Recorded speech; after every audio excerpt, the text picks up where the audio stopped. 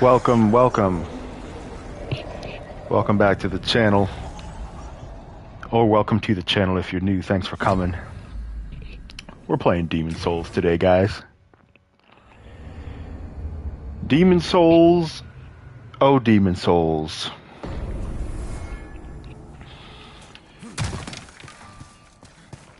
Demon Souls is a game that I have been trying to play.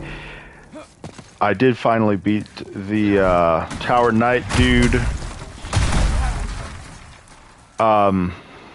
This game is extremely slow. Like, it just starts so painfully slow. But we're here, and so I've kind of gotten into it a little bit. I guess time for piercing.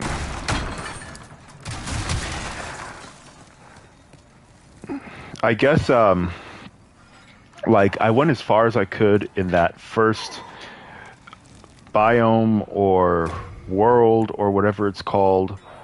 So I guess I need to defeat an archdemon now. This game is structured quite differently than the newer Souls games.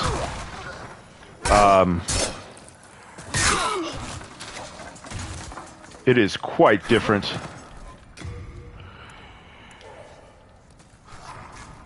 I do love the quality.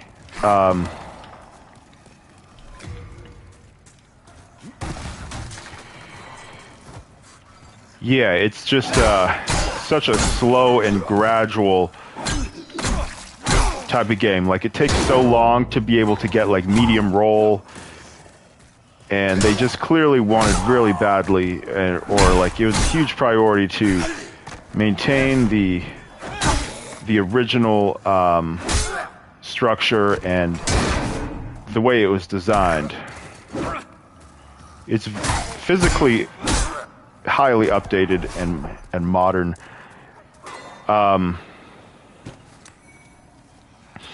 But yeah, it's also really old school.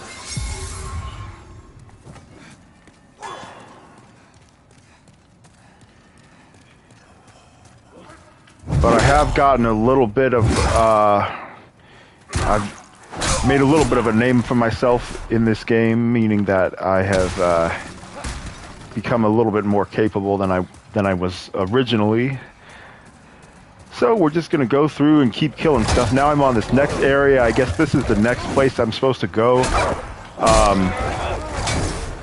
Since I cannot progress any further in the other kingdom place, I guess this is the second area if you're going around in a circle.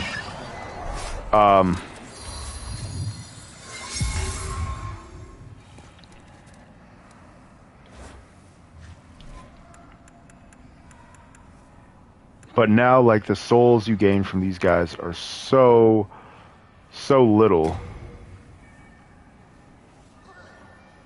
Sticky white slime, enhance right hand weapon with magic. Noble's Lotus counteracts poison.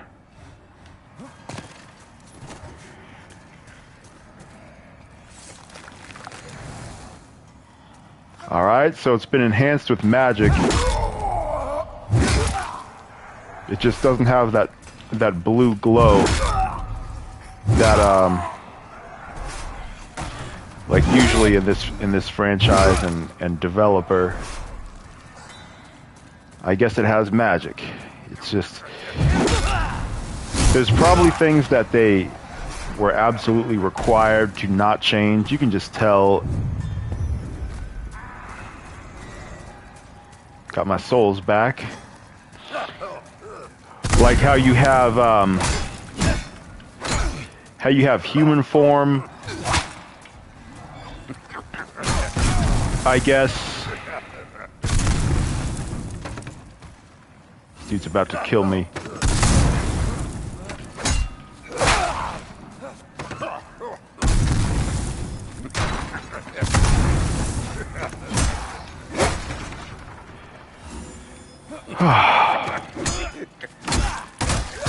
Like when you die, you stay in soul form, until you beat a demon or an archdemon or whatever it is. Oh, boy. Using all my half-moon grass. Oh, man. Come on, dude. Fucking die already. Oh, boy.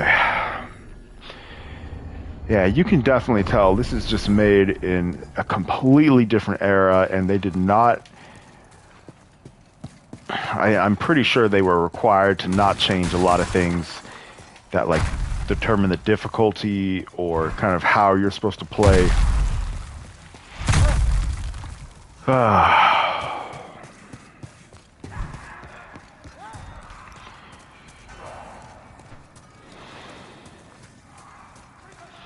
This really has such an old school vibe to it.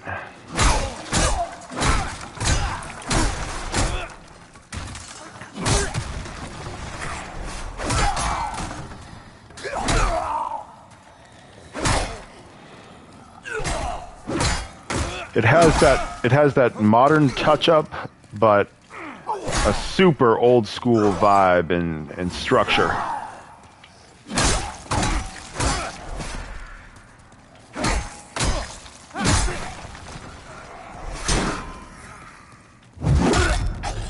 The backstabs are really satisfying, or the critical attacks, I guess is what they're called.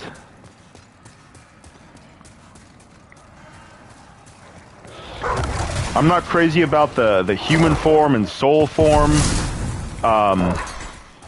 In newer games, it's like you either activate a consumable, and that's what will further increase your health, and I just lost all my souls. So like in DS3, you have embers, and early on they're pretty scarce, so you can't really be using them all the time, but as you progress, they start to become much more plentiful, and then pretty soon you can start to have them on all the time. Which I think is a fair, basically, reward. You start to gain more than you use. Reward for getting through the game and improving yourself.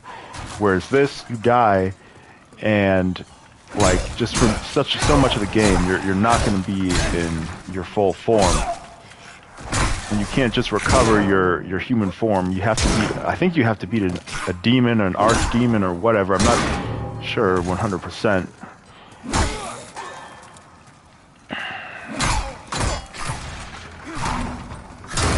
This is just that really old school, traditional grinding Souls type of game.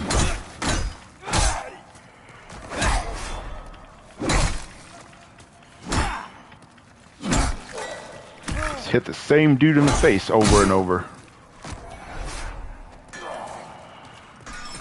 I guess I'll just run past these guys. One strategy is to just run through and get to the next rest location or recovery area, so that you can have an easier time going back through and taking out some enemies that you may have missed on your way up or on your way in to whichever location you have reached. But boy, is this game slow, man. It is super duper slow, especially early on when it's so hard to achieve like a normal roll due to the very stringent weight limitations. You have to be darn near naked and totally unequipped with armor if you want to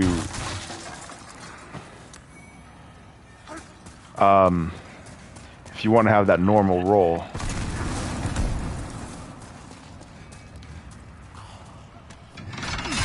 And I only was able to get past that after maybe 10 plus hours. I started to be able to carry a little bit more around and have a few options. Alright, so now we have a big gate that opened. Ah, boy. I don't really see that there's a point fighting these guys since the yield of souls is just so low. Like, the enemies here are tougher than in that first place that I was located. But the souls are way lower. I guess it's like you can go to any one at any time. And so I'm seeing that the early areas of each world are all low. It's like horizontal progression. Totally different than the newer games.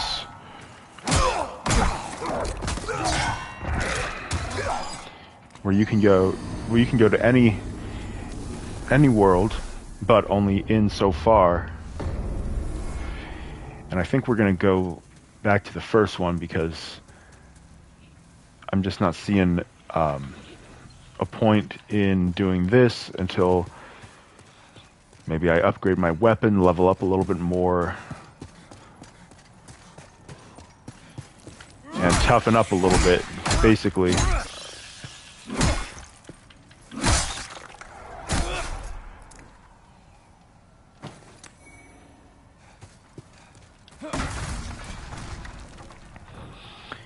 And then, like, it asks you if you want to send it to your inventory because you don't have enough room. Like, why not just immediately send it? And then you have a weight to your inventory. Like, there's only so much you can carry in your inventory. It's just old school.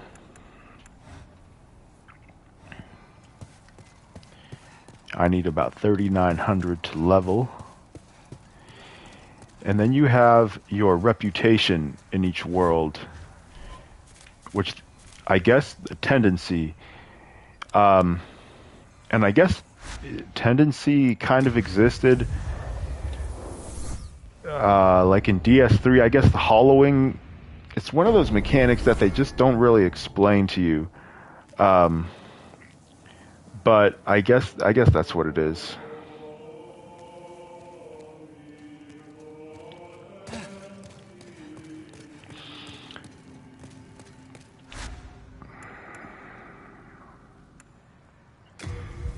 I think this is still probably the best location to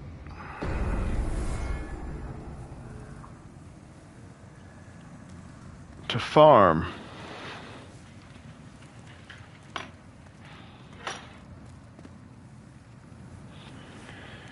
So the year's almost over. What's everybody's favorite game? Game of the year. What was the best game of the year for you so far this year?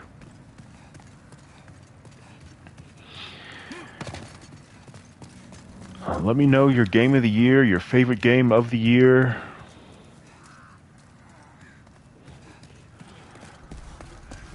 A lot of games came out this year.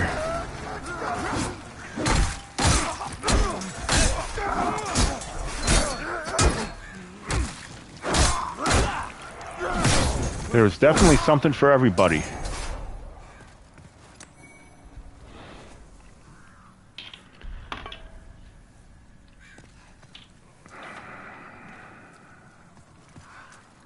Whatever your tastes are and whatever your preferences and preferred genres and types of games, everybody got something.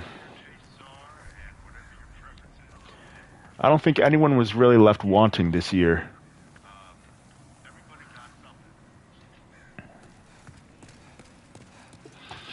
Everybody got a little something.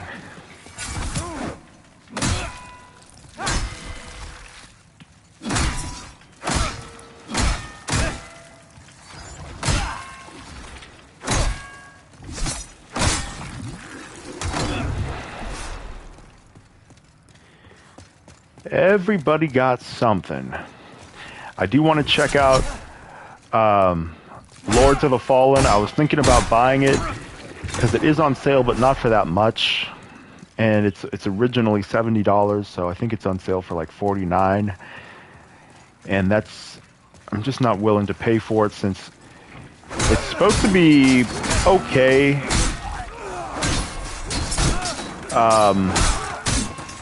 I understand that it's not the best Souls-like game, but it is a noteworthy entry into the genre, and so one that I feel like I do need to pay attention to, and I will get to it when the price maybe drops a little lower, or maybe even like on PlayStation Plus or Game Pass or something of that nature.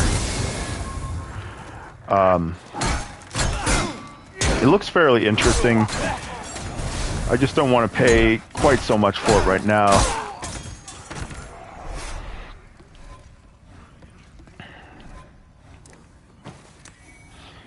I'm still working on beating Lies of P as well, and that did a lot better critically, and I'm pretty sure commercially.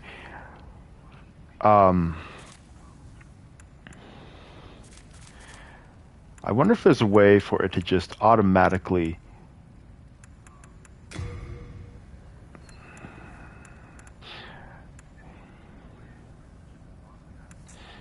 automatically put stuff in my inventory, but I guess not. It's alright, we'll just go ahead and do the work ourselves. I feel like with the visuals and the gameplay, this could be so good if it had like a story or something. Maybe have another companion with you and have like just a story.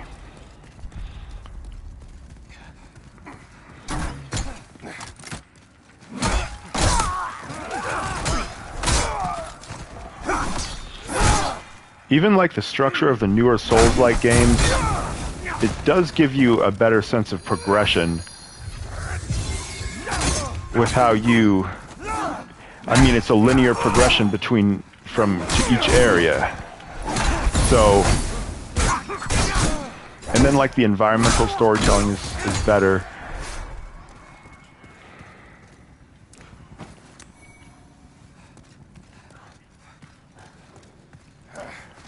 Oh well.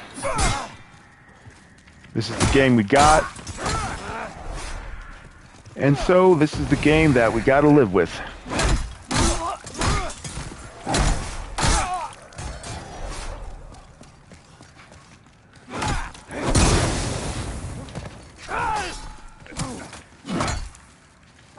And then another thing, you don't have like a replenishable health item like a flask. You gotta use grass and everything. But then Bloodborne, you have to farm like blood vials, so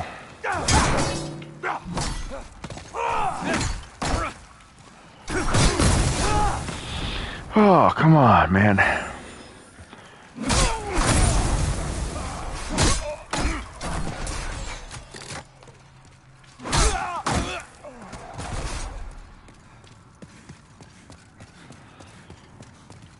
Yeah, but I'm playing through Bloodborne again. Bloodborne has good storytelling. It like comes to life way more than other Souls-like games. At least other ones from Software, because in Bloodborne, like the characters, like enemies will talk, and there's just better storytelling.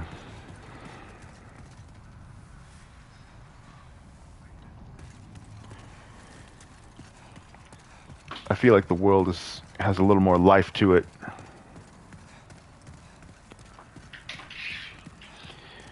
You know what I mean? In Bloodborne, I feel like there's an actual situation going on.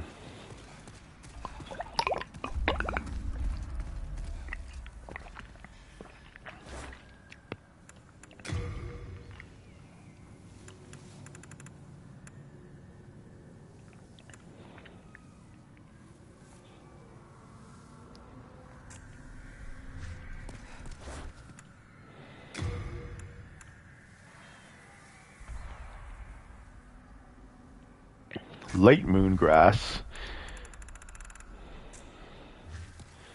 Might as well start using that.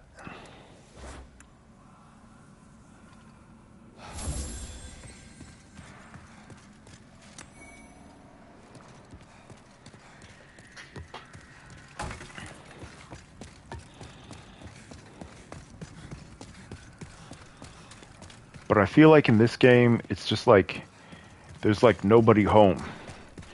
You know what I mean? It's like the lights are on, but nobody's home.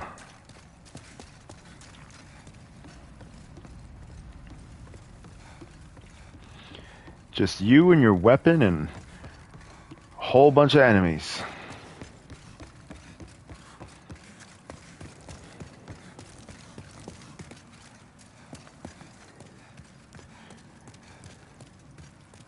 But sometimes that provides the best immersion, because with really story-driven games that are cinematic, there's a lot of times where you do not have control of the character, especially a lot of Japanese games which I love.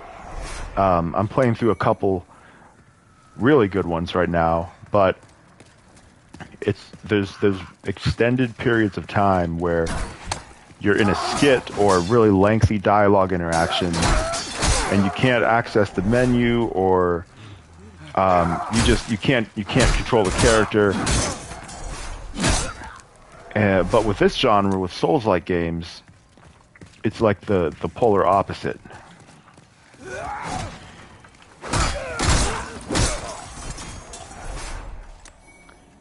Everything else kind of just gets out of the way, and it's just you and your weapons and the enemies, and there's really nothing else.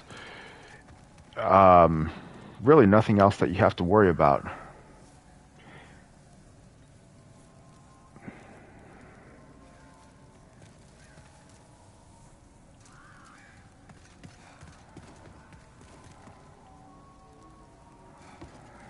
And I'm pretty sure this is just going to be a fatal drop. I don't think that those floaty things are really going to slow you down. But then when do you get under there? So I guess it's probably if you kill one of those dragons. We're going to see if we can fight those dragons.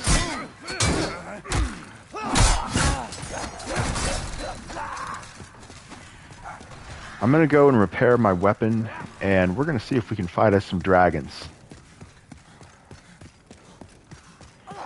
That red one and blue one that have been sitting there this whole time, and I haven't dared challenge them. But now we are about to do just that. I have no souls on me, or very few. Souls, I can eke out a living. I have very few and nothing to lose. A dangerous man is one who has nothing to lose.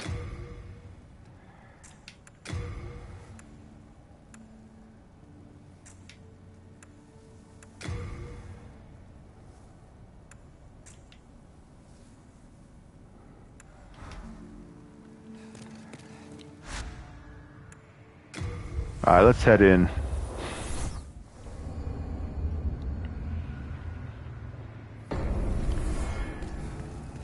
Let's head in and see what we can do.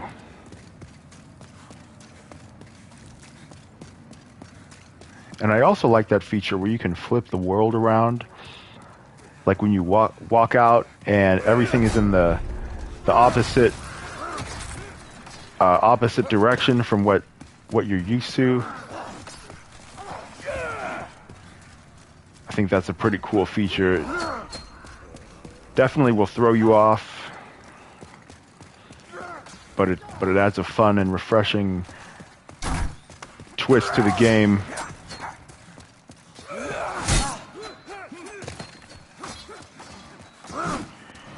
We're just gonna go ahead and slip past all these guys and see if we can get up to our dragon.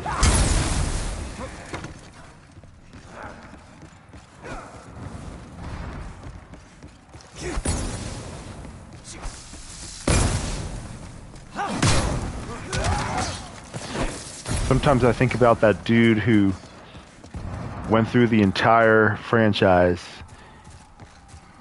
the entire Souls franchise, without taking a hit. Like, that's just crazy. It's one thing to go through without dying, but without even being struck once.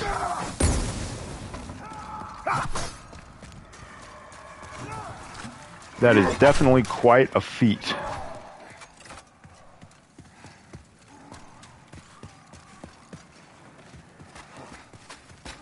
I'm not sure if this is the best way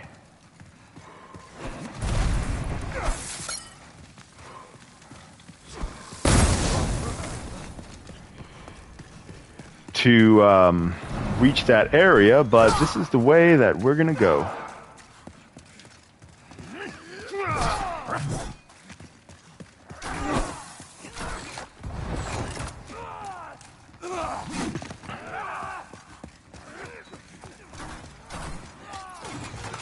And I think we're coming up on them pretty soon here.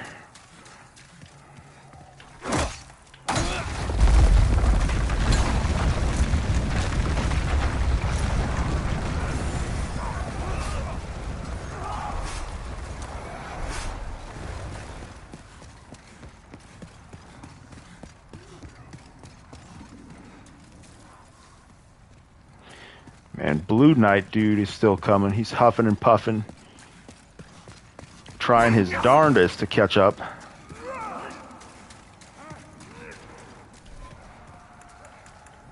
think I might want to get some late moon grass in here.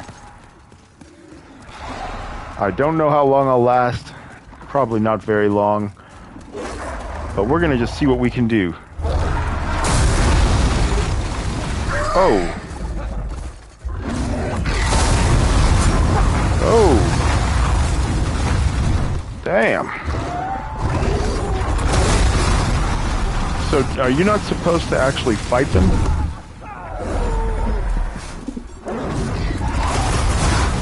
Purple flame shield.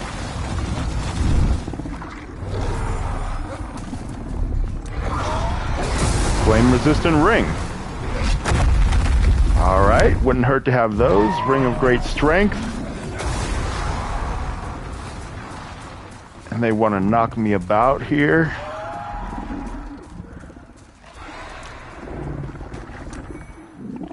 Archstone shard.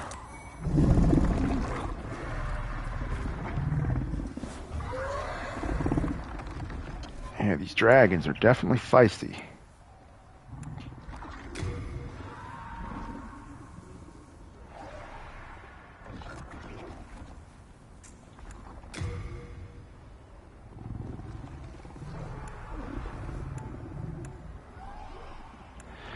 Oh, I had Ray's item carrying capacity. I should have had Ray's equipment weight limit. See, I'm not used to that.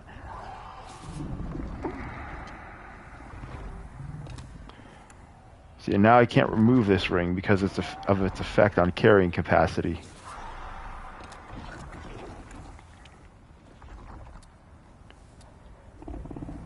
That's kind of a dumb limitation.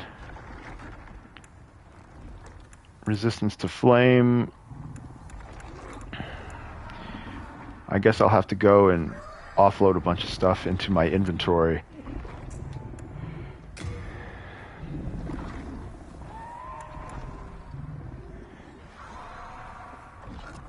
I guess I'll increase my resistance to flame.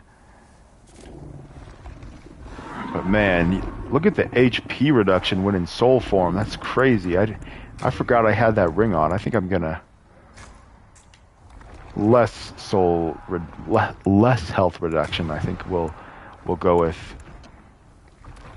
purple flame shield.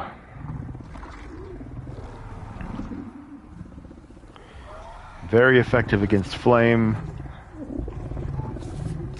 but it's quite heavy.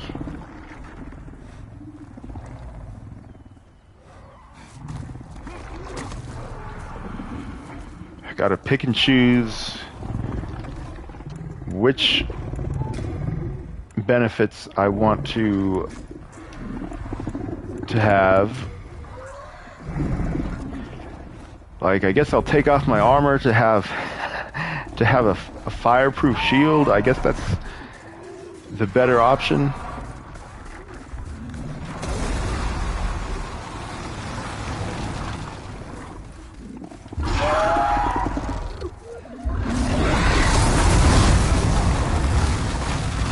Not sure if it's a very good one because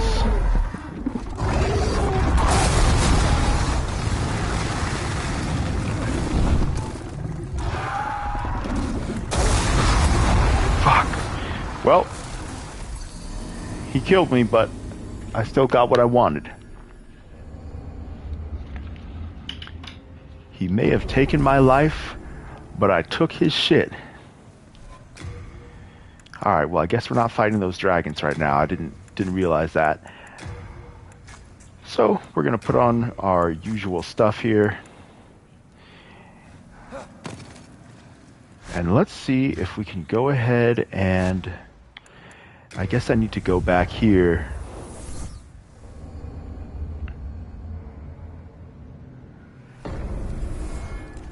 And we'll store a few things. Use our storage options. Just can trade with your souls. I can.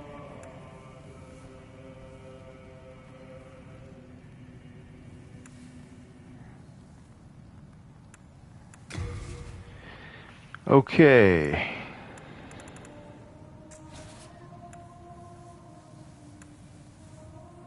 So interesting. I guess we'll leave. Here we are. Hello again. I'm keeping a close watch on you. Let's organize our storage.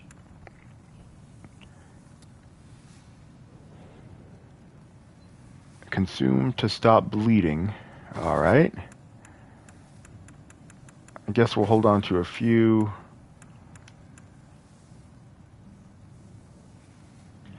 So, Stone of Ephemeral Eyes. It can restore your corporeal form. Okay. But, like, we only have 3, and most likely I'm still going to die pretty easily. So, I guess they act sort of as an ember in, like, DS3, which early on you have very few, but as the game goes on, you get more and more, and then you start to have so much health that when you do have an ember, it really prevents you from dying a lot more, and then it's like it basically becomes safer and safer to use them. Basically, less likely to die.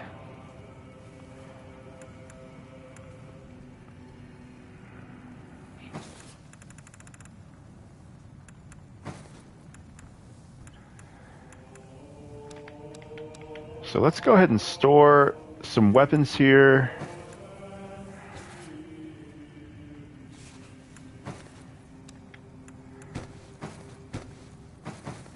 Shields that we don't need.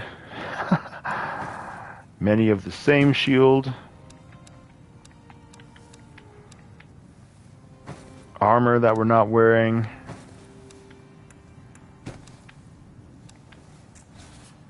You have a heart of gold. So, Ring of Herculean Strength. Let's see if we can put on our Ring of Unable to remove due to its effect on item capacity.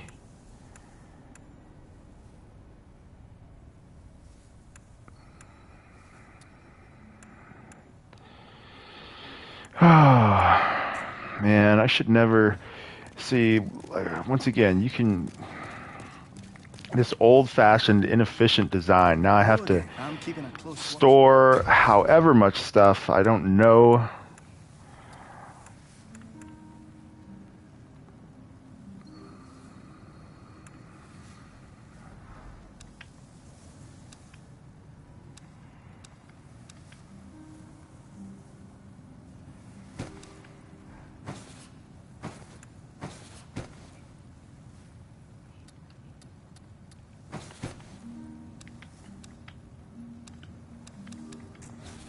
You have a heart of gold. All this just to take off a ring. There we go. Now I have the Ring of Great Strength on, and my item carrying capacity, I guess, is 102. Okay, so now we have item burden to consider. I think that's less difficult to work around than the equip burden, because you could just have one piece of gear in each category. And what's nice now is that we can actually put on some Hello again. I'm keeping a close watch. rather significant armor.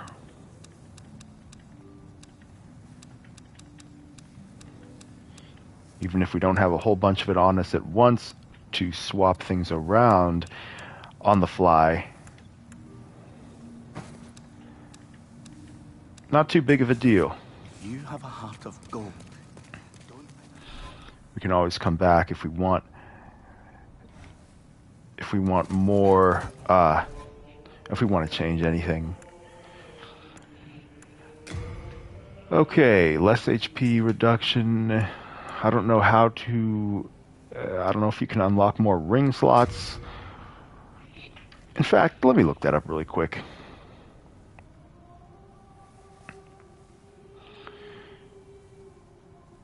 Demon Souls, wear more rings.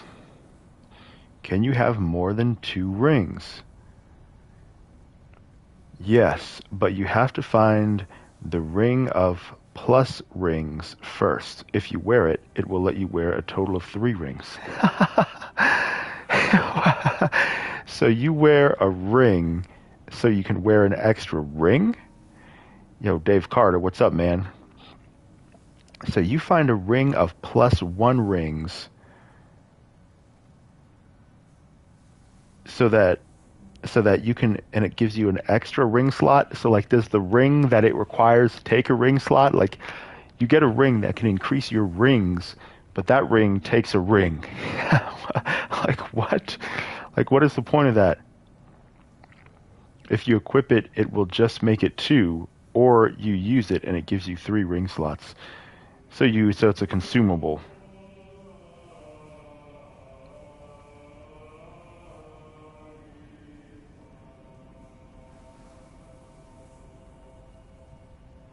Yeah, basically you're wearing 2 rings.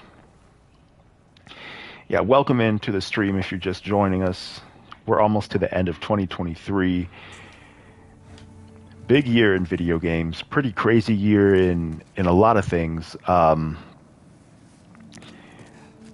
But especially video games. So, what's everybody's favorite game of the year? Land led Boletaria with a round table of the bravest knights. The noble twin fangs, Valafax and Bjorn. Alfred, the Tower Knight. Metas, the Penetrator. And the brave tribesman Longbow Ulan and his fearsome legions. But today, Boletaria is an abysmal mess. Valafax was lost, and Bjorn slipped through the fissure, never to be heard from again. All the rest, along with Boletaria, are either devoured by the fog or fallen afoul of the demons.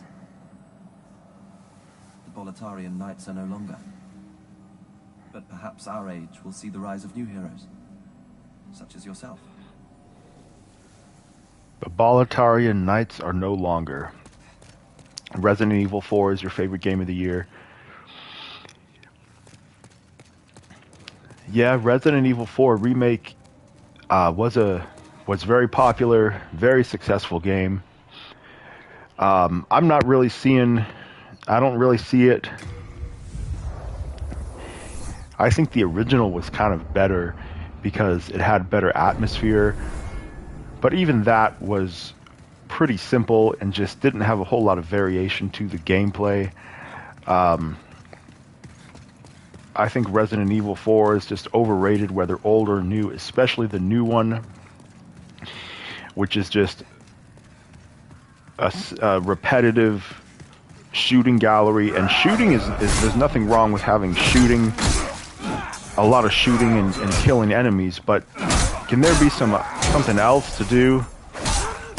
Maybe solve some puzzles and not just these shooting corridors.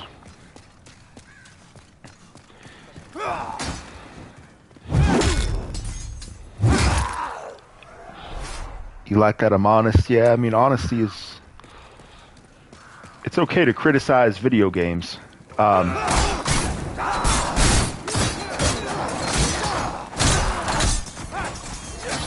What do you like about Resident Evil 4? What is the key factor and feature that makes that game stand out to you? The first thing I noticed was the visuals and the DualSense implementation is very, very good. And the VR mode is really good. I played a few hours of the VR mode. They did a great job with that, as you would expect from Resident Evil. I think it's a benchmark in VR.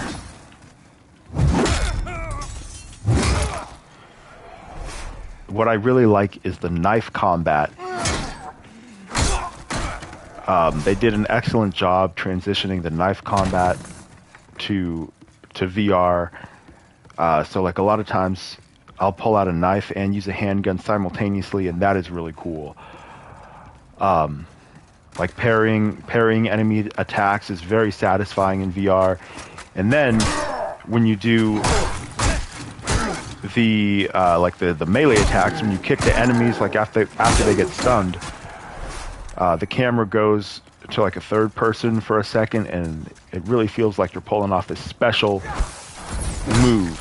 And so it's very satisfying and just super cool. DualSense is also very good in the VR controllers. But it's still Resident Evil 4. And it still just kind of gets tiresome fairly quickly. The game does pick up as you progress. It just doesn't have many wow moments. Like RE4, it doesn't have any really stunning or memorable, like crazy moments. This guy is still pretty strong. A lot of other Resident Evil games do. And RE4, it just doesn't have a whole lot of standout moments. It's a good-looking game. I don't like how Leon's clothes do not get damaged or dirty at all throughout the course of the game. That's a big distraction, especially for everything he goes through. Jumping out windows, rolling around in the mud, getting stabbed, burned, thrown acid on, and just all kinds of extreme physical damage. And even by the very end of the game, his clothes have not a scratch on him, barely even a speck of dirt. And then the guns do not have slings, like the shotgun. No sling. How is it held onto his body? And for a huge, massively selling smash hit, huge budget game like Resident Evil, I think that's pretty inexcusable, especially since RE2 remake and even 3 do not have those problems. Like they did really well with 2 and how like Leon takes damage like visually, and then to his and then all the guns, like they're not just magnetized onto the character's body. So I don't know, Resident Evil 4 just not my game.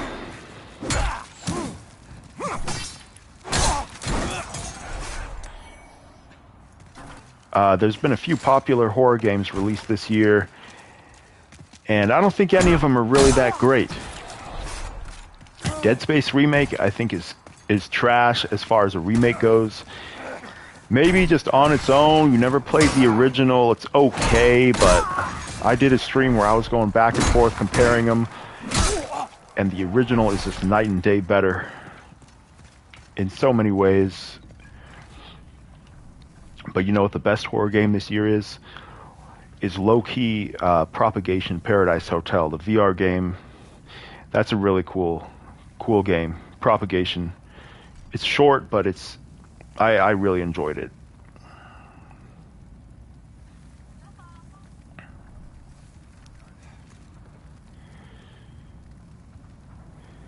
RE4 was the least disappointing. You got burned out by the 2 games last year. You were excited by God of War and Horizon.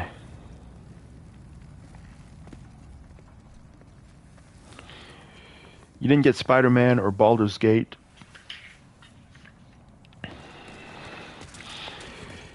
Yeah, the horror games, it's a good time to be into horror games. I think they made a comeback. You definitely don't want horror games to go anywhere.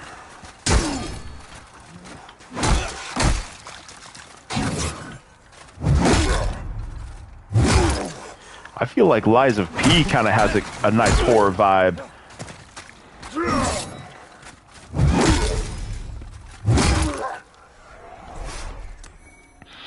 Spider-Man is cool. Spider-Man 2 is a really good game. I haven't played Baldur's Gate 3. It's just not really my genre.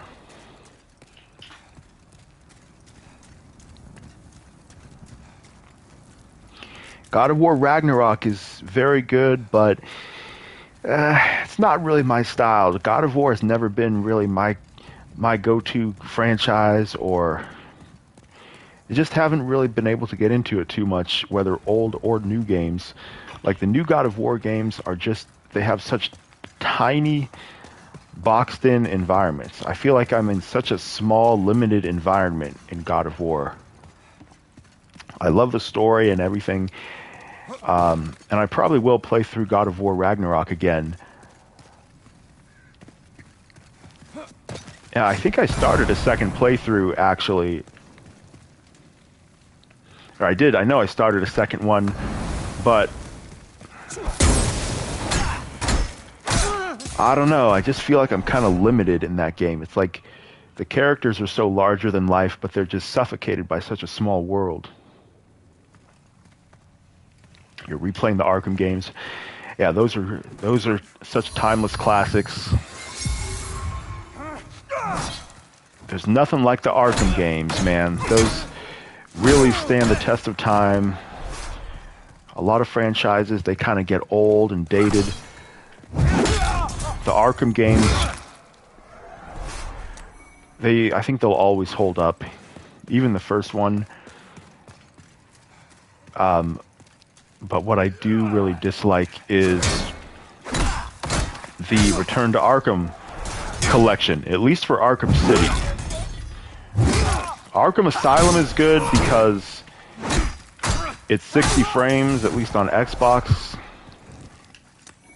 I'm not sure if that's because it's FPS boosted, or I'm not sure how, I'm not sure what the PlayStation version offers.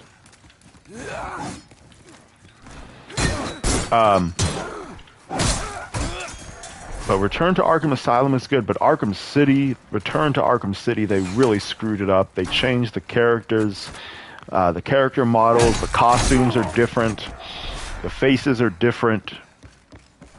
They just look weird. It suffers from the same problem as a lot of remasters or remakes where they're changing stuff. Like, I don't need them to make changes. If they're just like remastering the game, it's not a remake. You know what I mean? If it's just a remaster, all I need is update the frame rate to modern standards, maybe higher resolution, and just basically just make the game available on the newer consoles.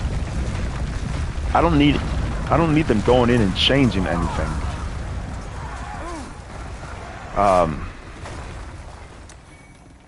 Yeah, like Catwoman's costume in Arkham Return to Arkham City, and a lot of them just look really weird and unnecessary changes.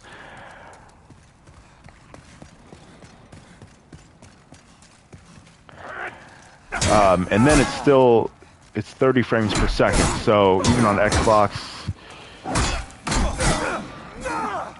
So the Return to Arkham collection was released around the time of the new generation, and so it was just old enough to not get the next generation treatment with updated frame rates. Unfortunately, there were a lot of remasters released around the new generation starting, and they were too early for that 60 frames and everything. You're playing the originals on PC. Yeah, that's definitely the best place to play old games. Old games get lost and forgotten, sadly.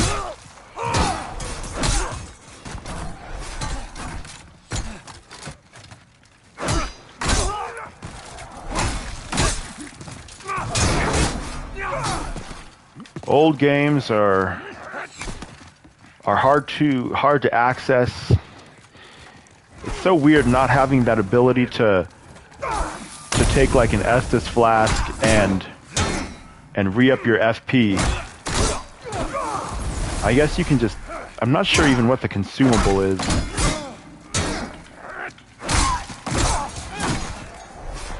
That regenerates.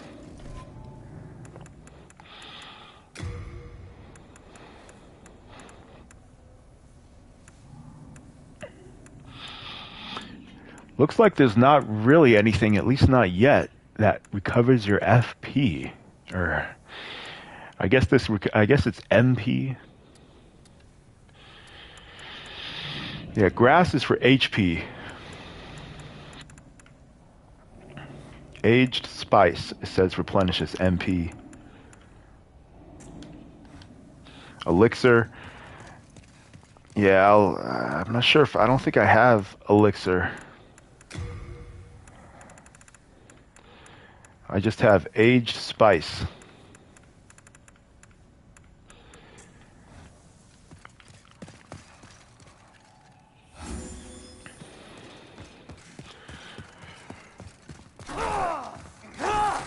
Oh well. It's kind of like Bloodborne, how you don't have a replenishable healing item, you just have to farm blood vials.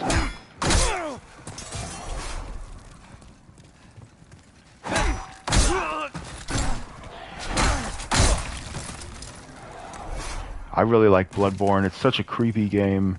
I'm playing through it again. And this time I got like... I ended up in that... I forget what it's, that old Yarnum place. I got grabbed by an enemy and then I got teleported to this cell. And I didn't really know what was going on. I didn't have that happen in the first playthrough. So, Bloodborne is so creepy. There's so much detail too. It's like Bloodborne is more advanced than DS3 in terms of like the sound and just, it seems like it's a newer game.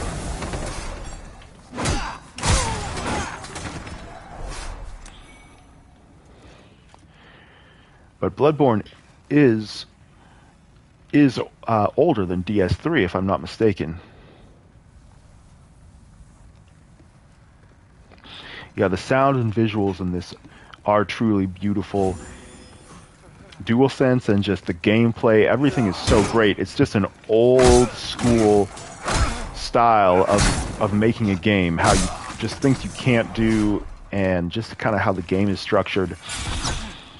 And you can tell that they had to stay within strict limitations when it comes to giving the player abilities and kind of structuring the game. They couldn't really just change too much. So everything has totally been touched up and remade physically, but they haven't reimagined the core structure of the game. And I didn't play the original, but you can just tell it's built on an old platform, And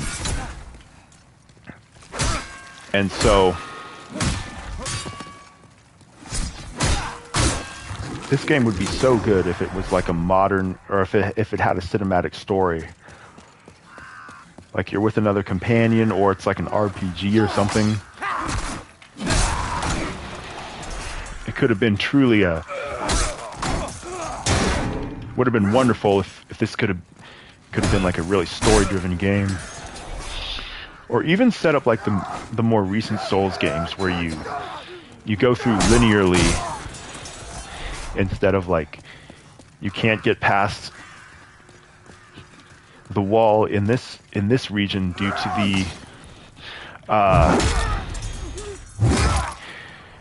to the lack, like you have to beat an archdragon or something, so you have to go into another region. It's kind of weird.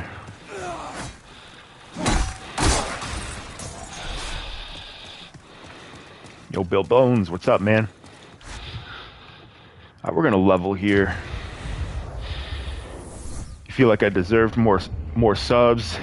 You agree with my takes more than Heart 8's. Yeah, well, in life,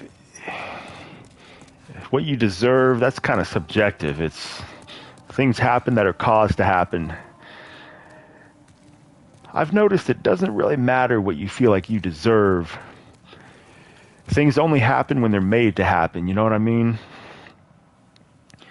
But with Heart 8, yeah, he takes one look at a game and just, I don't know, he's just so stuck in his old ways and limited frame of thinking. Heart 8 was in the right place at the right time. Yeah, you might be right about that. He's not good at assessing games. Yeah, if the character doesn't get wet when they get out of the water, he's about ready to boycott the game. I can forge weapons for you for a fair price. He'll pull a hamstring if there's any little bit of clip in, or you walk up the stairs and No interest, eh? and your feet clip through the stairs a little bit, and then it's trash. Or like in Red Dead 2, you can assume that a certain thing is going to happen due to the previous game, and just because of that like knocks down the experience by quite a bit. And just other things just open your mind a little bit. You know what I mean? The game's not like a movie like Elden Ring, and so it's trash or whatever. You go in the water, you can't swim, the game's trash. And then you have to meet all these criteria to have an opinion. You know what I mean? You have to beat the game, or your opinion doesn't count, or you play on too low of a difficulty, or all these things. He's really about disqualifying other people. And then when you do bring up a good point, it's just, all right, we're moving on. Next topic. So, all right, let's see what we can level up here.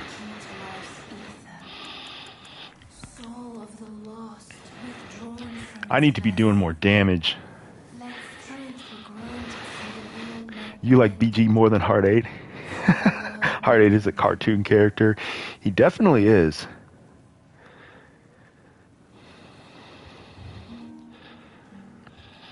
I feel like BG was the real MVP in disguise. You know what I mean? Because of Heart 8's talking ability, he's made it seem like, I don't know, he's like, I feel like he was the real bad guy just disguised as the good guy, kind of. Or I don't know, he's one of those people who's built up such a reputation just on verbal stuff. Like just your ability to talk and to create a perception around you, just built on nothing other than having a loud, convincing voice. That's kind of like a lot of people, their whole persona is kind of built on that.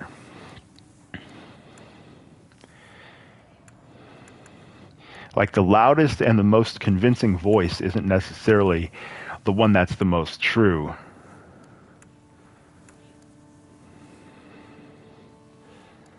We're going to go with vitality. Wouldn't hurt to be a little tankier.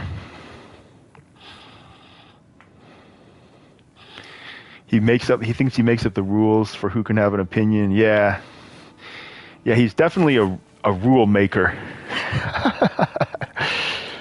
Wait, Miranda. He lives in a world where he's always right, you're wrong. Unless you agree with him. You either agree with him or you're wrong. There is no like respecting other people's opinions. And maybe that's just kind of his personality.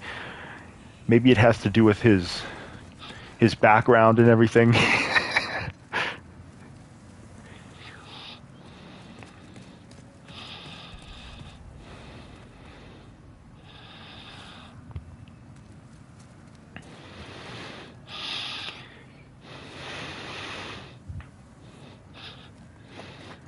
He's a fascist. Yeah, it's definitely his way or the highway. I'll be right back.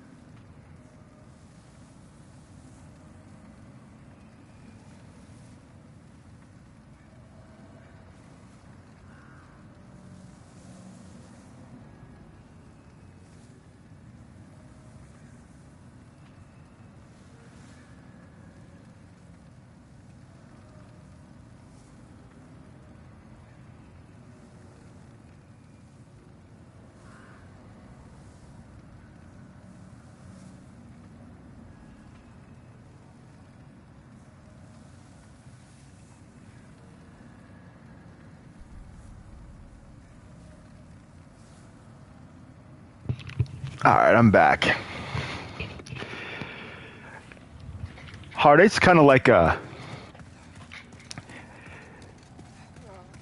outlier fascist.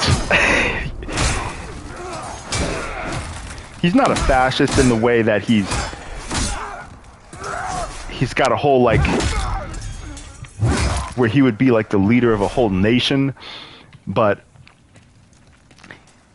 he runs his own little corner in a very sort of old school me first type of way. Anyways, so Bill Bones, what is your favorite game of the year? We're talking about the best game of the year. We got Mr. Dave Carter.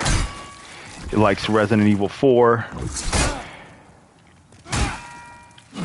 For me, I think it's Jedi Survivor or Alan Wake, one of the two.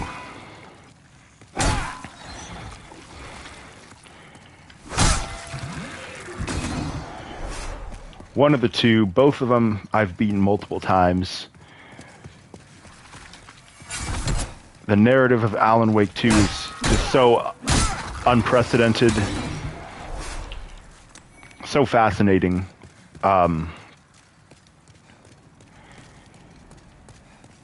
And then Jedi Survivor is such a fun game, so very, very fluid, seamless. I like the characters. I really like Cal Kestis. There's been a lot of mid games this year that I thought would be really awesome. The biggest one being Final Fantasy 16. I thought that was going to be one of my new favorite games, and I didn't even beat it.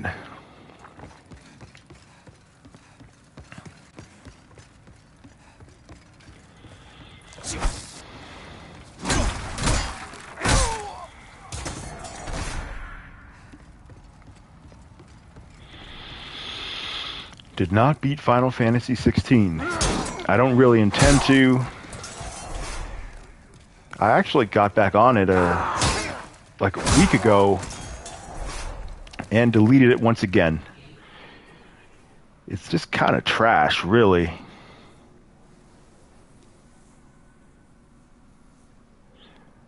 Souls games, Sony games, and Resident Evil games. Hey, you definitely got all those this year. I'm still working on beating Lies of P. Awesome game. I love Lies of P.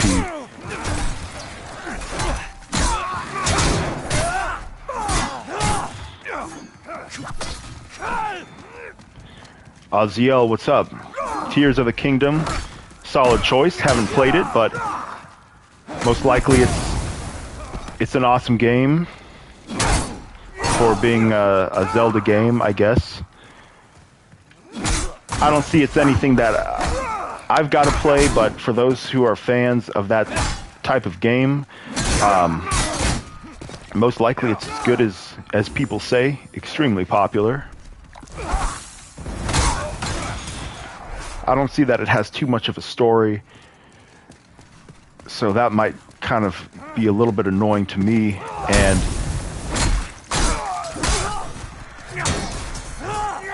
I'm not too sure about all that little building stuff and whatever you do in the game.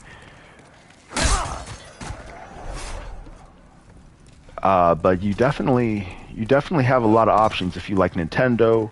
Nintendo's put out a lot of games. Pikmin 4 is popular, which is another one I don't really understand too much, but at least they are serving their community.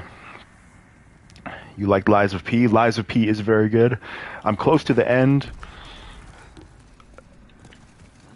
I got to get back on Lies of P. I was playing it. I've been playing it.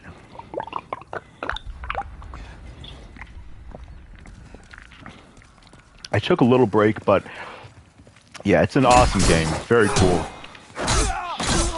Probably the best example of a Souls-like game outside of From Software. Though I do want to try Lords of the Fallen. I just don't want to pay that much for it right now. You'd like to see a remake of Bloodborne? Bloodborne looks better than a lot of games nowadays. Like, Bloodborne is really ahead of its time visually. It just needs a 60 frames update. It's all it really needs.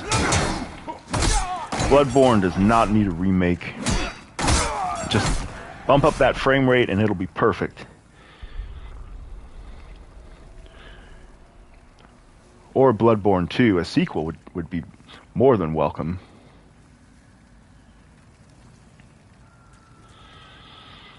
Lies of P is like Bloodborne combined with Sekiro.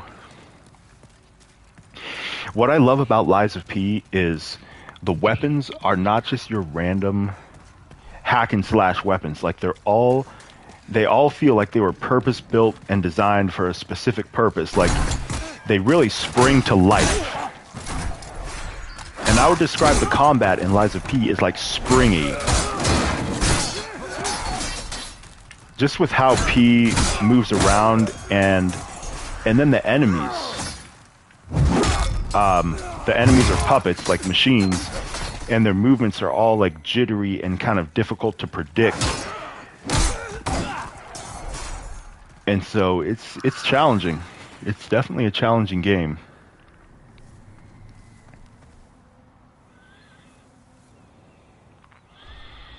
Bloodborne has the worst controls. They're different. I think they suit the game. I never had a problem with the controls or the lag.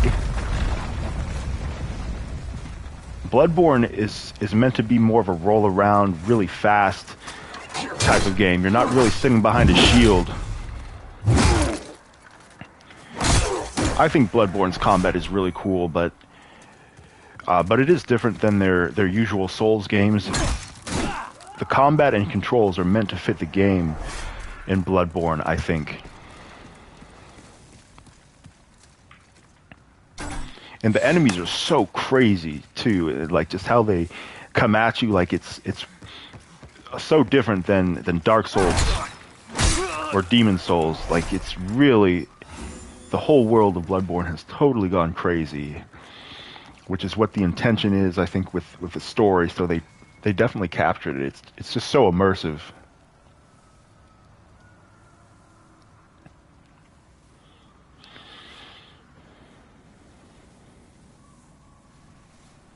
Yeah, everything, there's so many leaks.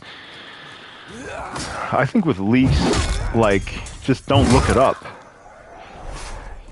You know what I mean? You're not going to get spoiled on anything if you just don't look it up.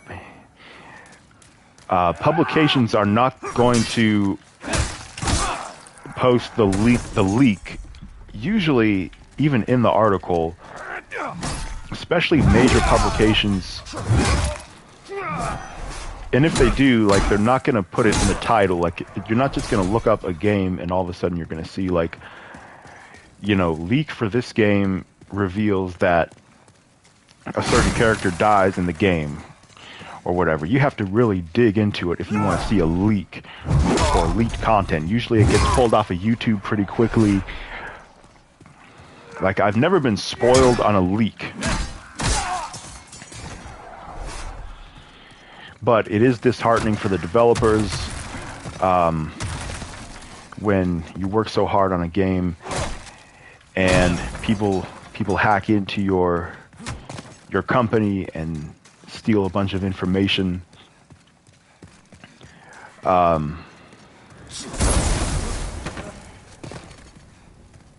don't know. You would think that companies would have security set up to prevent that, and I'm sure they do, but leaks come from different sources, and no company so far has been proven to be leak-proof, no matter how big and well-established they are. So I think leaks are just going to be a part of gaming.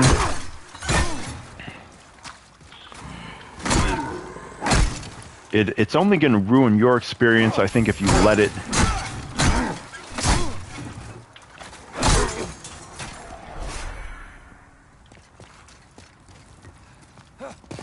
So I think it just kind of comes with the territory at this point.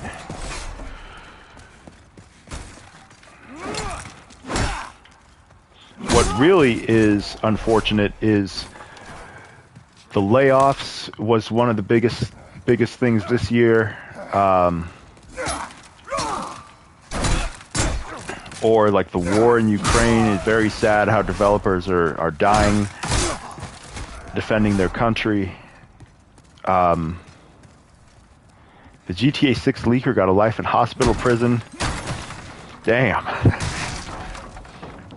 That's crazy. But, I mean, you are messing with a huge multi-billion-dollar product that you're basically tampering with. You could be affecting the stock market. You could be affecting the financial performance of the product. And video games are already highly secretive. So, I don't know. Is that a justifiable punishment to get a life in a hospital prison? I don't really know exactly what that is, but it doesn't sound very fun.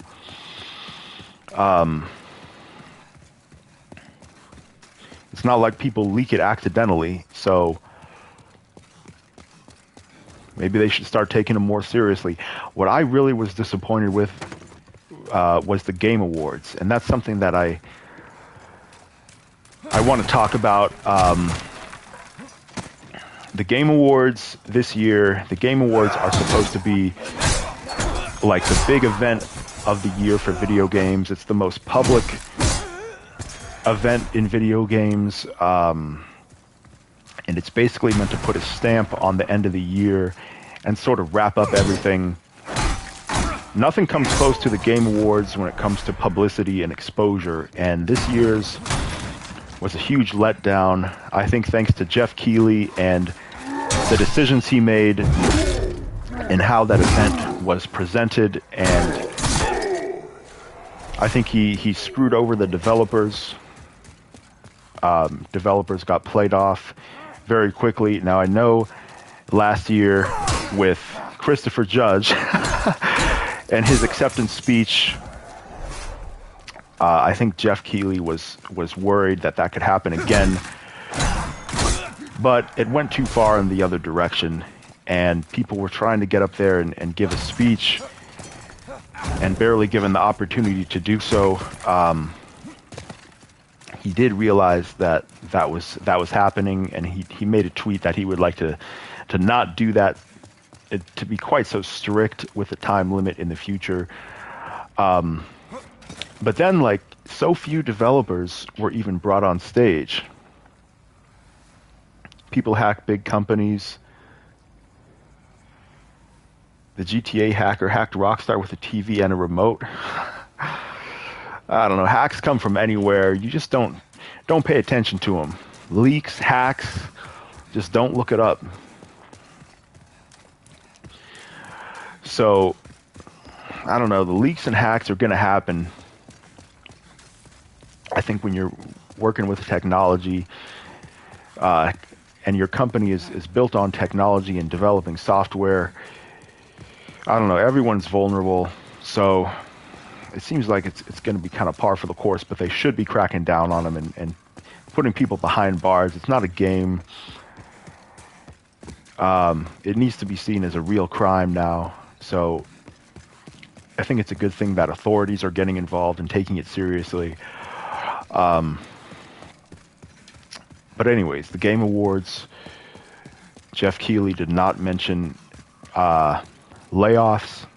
He didn't mention the leaks is one thing. The war in Ukraine or COVID, which COVID is kind of, in most people's minds, it's kind of behind us. But all the games that released this year were developed at the height of COVID, and people did die in the process of making games. Like the guy from Larian, which they deserve that award 1,000%. He was saying how some of their key people passed away during development. Jeff Keighley did not want to mention any of that stuff. He went ahead and gave plenty of time to Muppets and celebrities that got up on stage bullshitting for 5 minutes, and then the developers get up there and get played off in 20 seconds. Barely any devs even came up to accept the awards. Like, this was the fewest developers that went up there to accept an award. He just skipped past so many. Even like best sound design, that was just hurried up and hurried through, and like, that's a big deal. Sound, the best music of the year, like, the composer should get some credit for that. That's a big deal. There's music in video games. So few were brought up to accept awards, and the people that were on stage, COVID made games get delayed for years. Yeah, they delayed a lot of games, and now they all came out in 2023.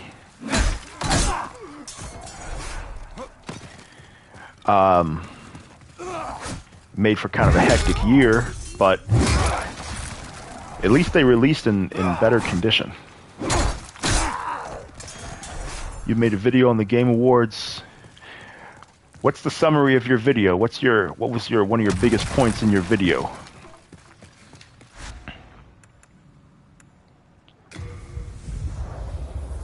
How did you feel about the Game Awards?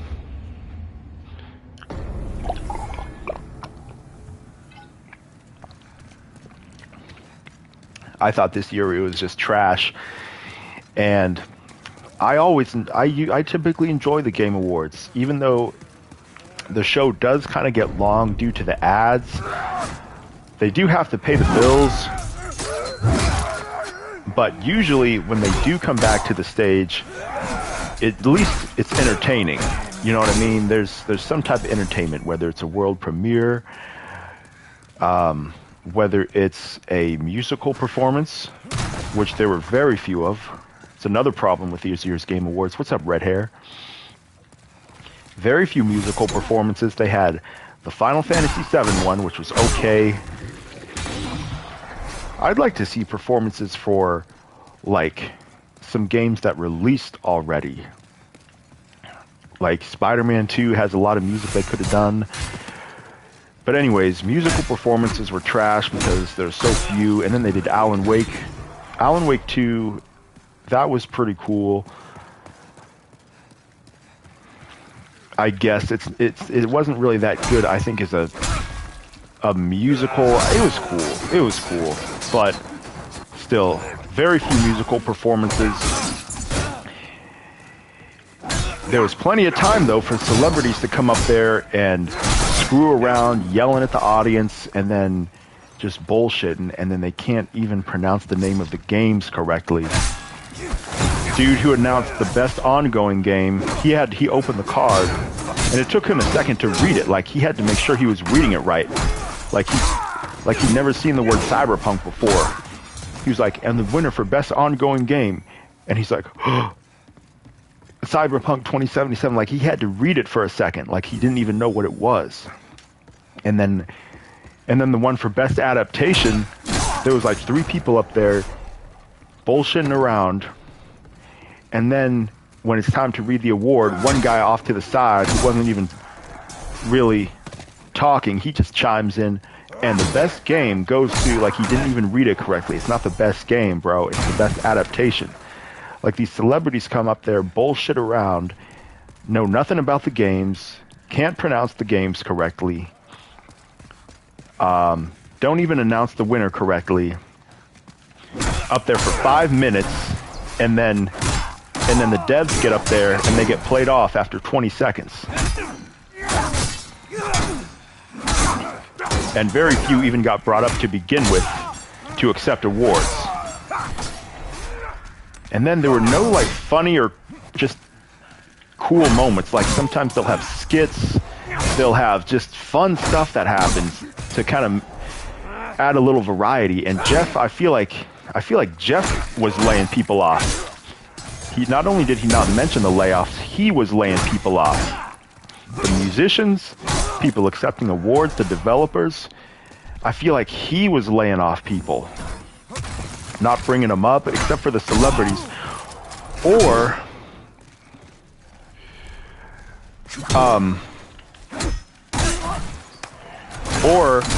the people that did talk were like Kojima, who, at least Kojima brings games. Like, at least Kojima is making games, even though his game is quite a ways away. When he does show up, at least he's coming with a new game, and they tend to be pretty groundbreaking and always released in good condition. But then there was that guy who was talking about some weird extraction shooter, and Jeff Keighley was like, okay, so now we're going to we're going to look at an update of a game that was first shown off at the Game Awards back in 2017. I was like, what? An update for a game from 2017 and it's not out yet? Like, all they have is an update? And it was that weird extraction shooter or some shit. I forget the studio, but the guy was on stage and they were talking about this extraction shooter. Like, I thought I was watching the PC Games show or some, like at E3 they had that PC event that nobody really gave a fuck about. Like after E3, the Future Games show or some shit that was mainly for PC. I thought I was watching that. Like these random games that I've never heard of before. And it's an update of a game that was shown off in 2017, like 6 years ago, and they just have an update, not even a release date, I don't believe. A CG trailer, like, what? Like, I don't know what that was. And a lot of games were like that. It was just a CG trailer. Look how this guy fell off. This guy fell backwards. He fell straight back. That was crazy.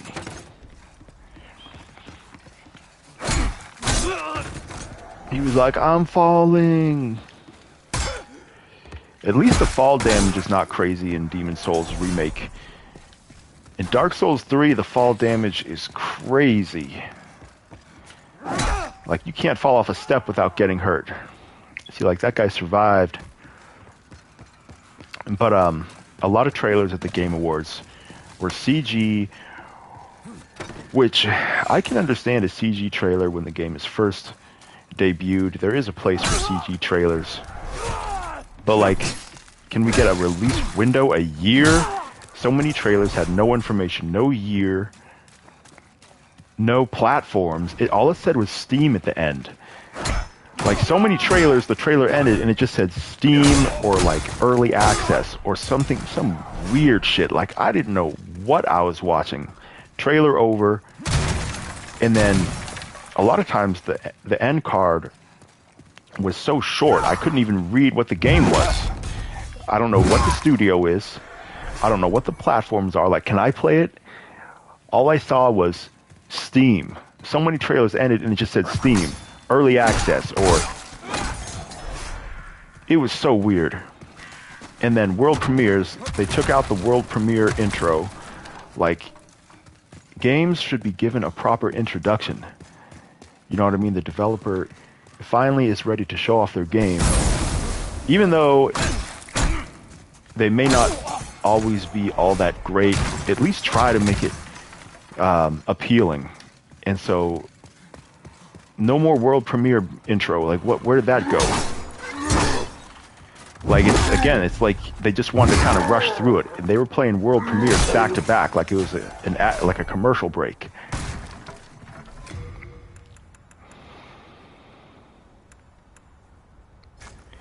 You know what I mean? So,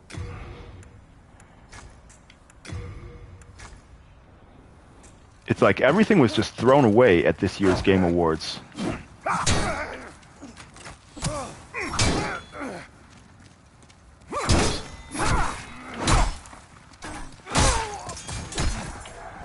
Everything was just thrown away, and then the biggest game was Monster Hunter Wilds, I think. Is that what it's called? I forget what it was called. Wilds, I think. Monster Hunter Wild, or Monster Hunter Wilds. That was the biggest game. See, I didn't watch the Game Awards all the way through when it was live. I came back and looked it up, and like the biggest. All I read was every article just said Monster Hunter Wilds debuted at the Game Awards. Like, really? That was the biggest game? Like, you would think it was like GTA or something huge. And Monster Hunter is a big game. Monster Hunter is very popular. But, like, that was the biggest game and the only one that was really noteworthy at the Game Awards. And they didn't even show any combat. They showed in-game footage, but it wasn't really like... It was not combat. So, the show just really did not have any redeemable moments, except for maybe the very beginning. I thought that Christopher Judge was pretty cool, coming out there at the beginning. Some people love Monster Hunter, but you haven't really played it. Yeah, I beat the main story. It's cool. You need to be really social to play Monster Hunter. Playing solo is very difficult, especially when the monster can disappear, leave the area, and then you invest a lot of resources into capturing a monster, and it can all go to waste, and they're kind of expensive. But anyways, Monster Hunter is big, but like big enough to shut down the Game Awards and be like the talk of the town. Where were all the games that were revealed in previous years? Isn't it time to see an update like Arc Raiders or the new Star Wars game from Ubisoft? We don't see that. Isn't that supposed to be out early next year? Or there's a Star Wars game from Quantic Dream who made Detroit. there's a lot of games that weren't there that have been revealed a long time ago. And what they did do is reveal new games that are no release date, no platforms, don't know the studio, or never heard of it. So it was trash. I think Rise of Ronin. Yeah, Rise of Ronin looks pretty cool. Can we get Christopher Judge to just host the whole awards? Like, there needs to be someone besides Jeff. I feel like Jeff he didn't want to offend his friends in the industry. He didn't want to call out any difficult issues like layoffs. He didn't want to bring attention to any difficulties the developers went through making their games. He just wanted to screw around with the Muppets, give celebrities a bunch of time to bullshit around. And just, I feel like there needs to be someone else. There needs to be some other presence or person to kind of balance things out. Like, I would have liked to see Christopher Judge come out throughout the night and present some different awards to just kind of keep things under control and bring that other personality that's not just like a whipped dog. You know what I mean? Jeff Keighley, he spoke out about issues before with like sexual harassment at Blizzard, and now this year he went ahead and just stayed quiet, just ignored everything, didn't even let the developers talk. We definitely need a big personality up there that's real and that's not just deep under control and shit in the pocket with other companies and everything. I would not mind seeing Christopher Judge up there for another 8 minutes if he can talk about something relevant to the game industry. I would have rather had an 8-minute speech than what we had this year. If he can talk about like relevant issues, that is. There needs to be someone else, like other people up there. Yeah, Jeff really likes the Muppets. He's very selective. And then he's not into hip-hop. How come there's never any hip-hop at the Game Awards? There's plenty of hip-hop in video games. Spider-Man definitely has some hip-hop. There's a lot of opportunities to get some good music in there.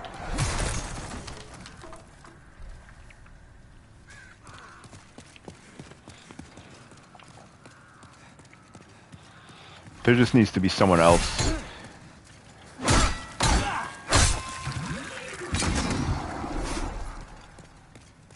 There needs to be someone else up there on stage, just another presence. It's like it's too big for Jeff to do all on his own. Someone just needs to be there to kind of tell him, like, we need to do this instead of that. You know what I mean?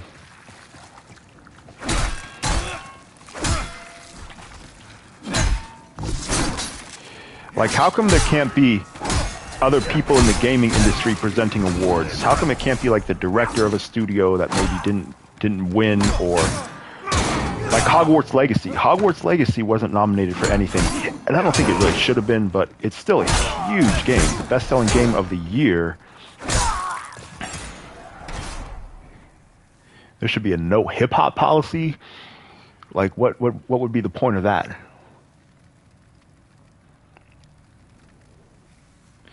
You have Sydney Goodman.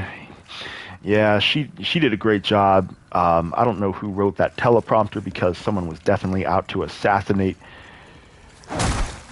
Homegirl. That teleprompter was horrible. That script was definitely, but she rolled with the punches. I don't think she stuttered once. That script was definitely capable of taking out anybody, any lesser presenter would have definitely gone down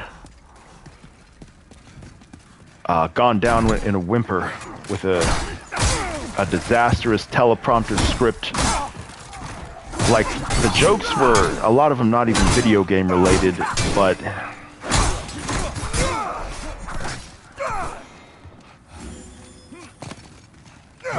Sydney can't do it all, man. You need someone on the big stage and the main event to kind of balance out Jeff.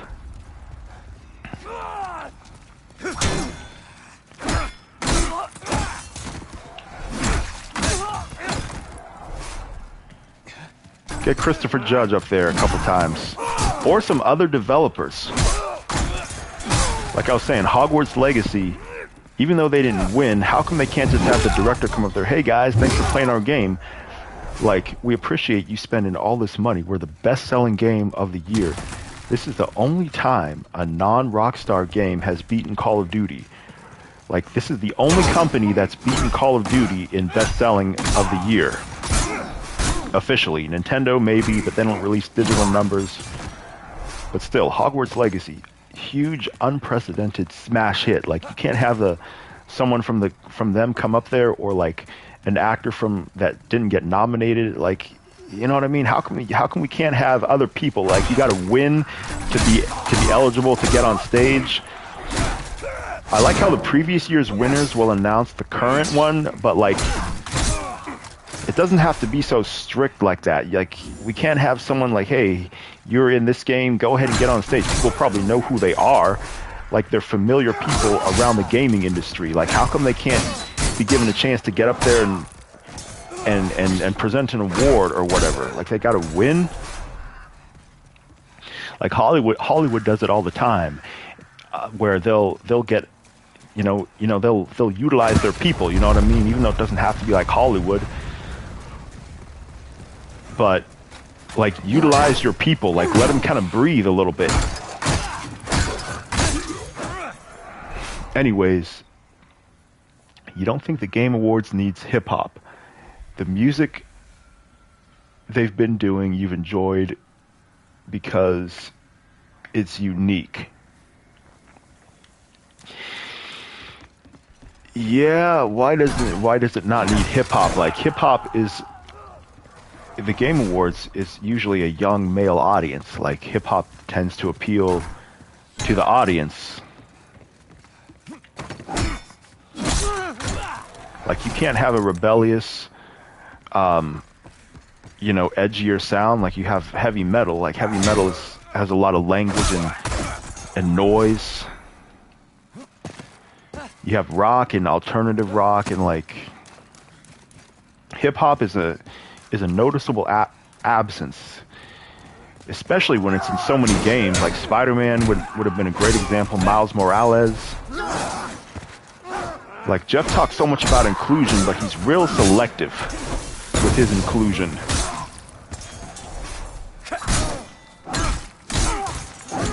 He didn't want to include any difficult issues or bring anything up that might bother his industry buddies. Jeff is inclusive when it's convenient for him.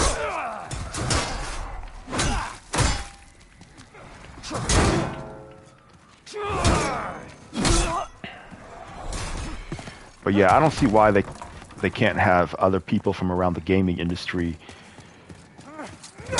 be given a chance to shine a little bit, even if they didn't get nominated or whatever.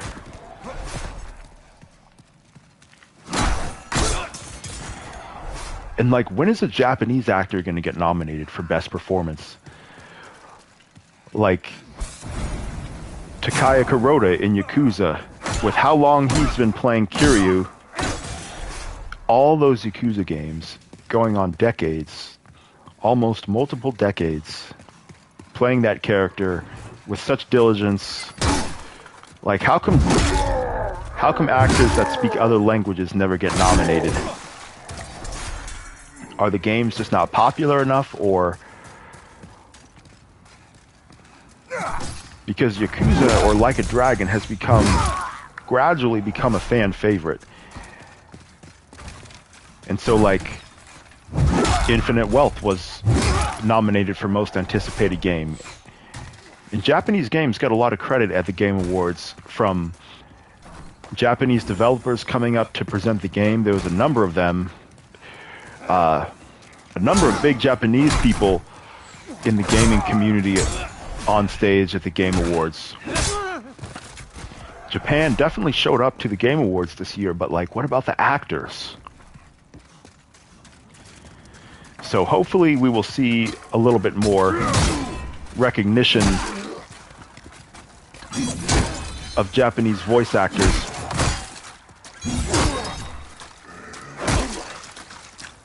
in the future.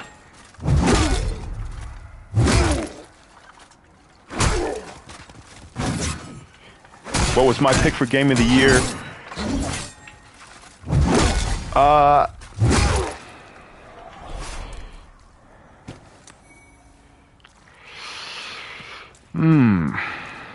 I think I might have to go with Alan Wake 2 because the narrative and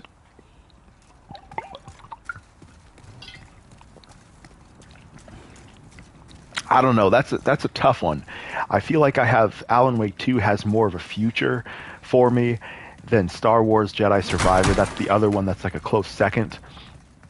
But then I have put a lot more time already into Jedi Survivor. What I love about Jedi Survivor is how smooth everything is. Cal Kestis is such a great character. From a gameplay standpoint, as a person, as a character, the voicing, the facial animations do look kind of weird. The eyes are really like glossy. Like they must have used a different technology than in the first game, because the first game was really solid. Like they just looked natural, but in Jedi Survivor, the faces sometimes they look kind of pasty and just like they're made of clay or some shit. It's kind of weird, but not terrible. It's just slightly distracting at times, but it's still good enough. But I like Cal, and just the combat is so good in Jedi Survivor. The traversal, the way you can move around, it's so natural and just so fluid. It feels so good to play. The holo map, it has like the best map.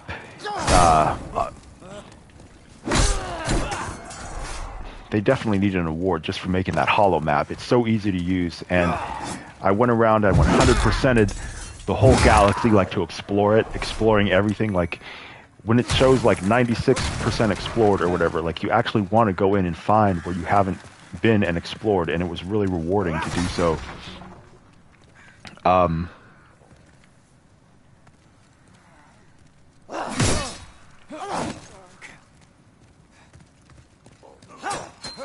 A lot of Baby Inc. written games were announced at the Game Awards.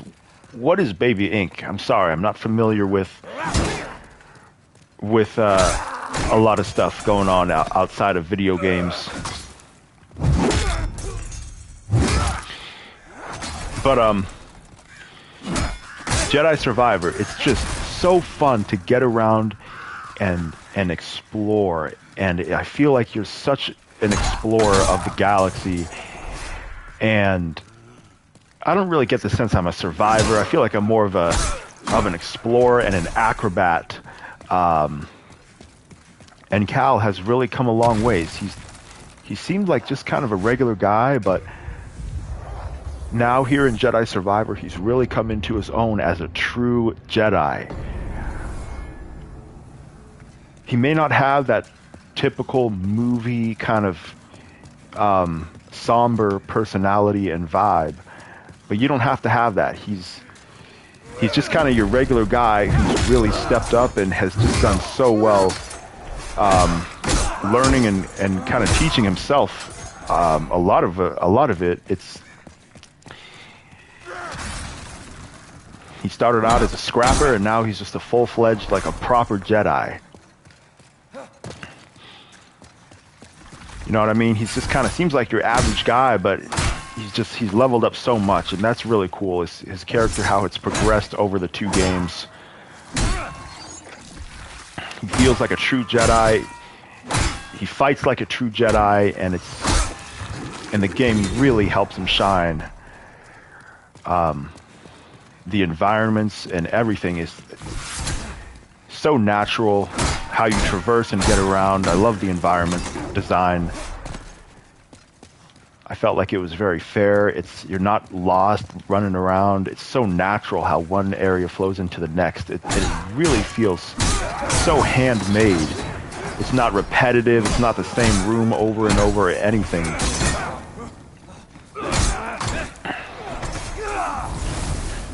Totally seamless as well. It's another thing I really love.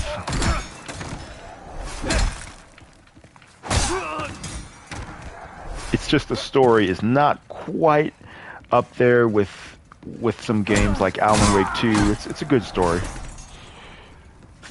Yeah, it's the only thing that might hold it back a little bit. Jedi, Lies of P, Dead Space Remake, RE4 Remake, Spider-Man 2, those are your top 5. Yeah, it's about where I am as well. All the big games, really. Maybe not Dead Space Remake, but I could understand if you do. I've been playing through Fate, Samurai Remnant, based on the popular Fate anime series. Game that's not talked about very much, but a very good game. Or Like a Dragon Ishin. Been playing through a lot of that. That came to Game Pass recently. And Like a Dragon Gaiden. So a lot of Like a Dragon games this year. And then the new one's coming next year. So definitely a good time to be a Like a Dragon fan or Yakuza or whichever you prefer to call it.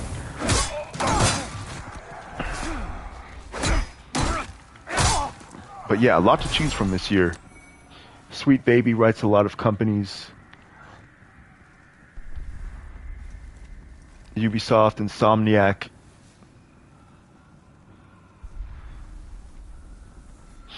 Sweet Baby is a writer.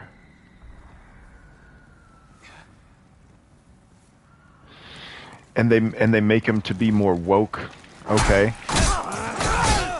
So you're saying this Sweet Baby is a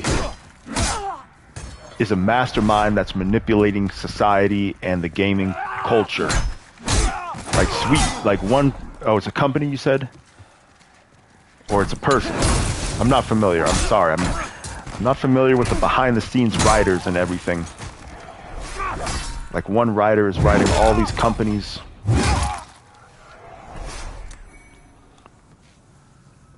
I'll have to look into that.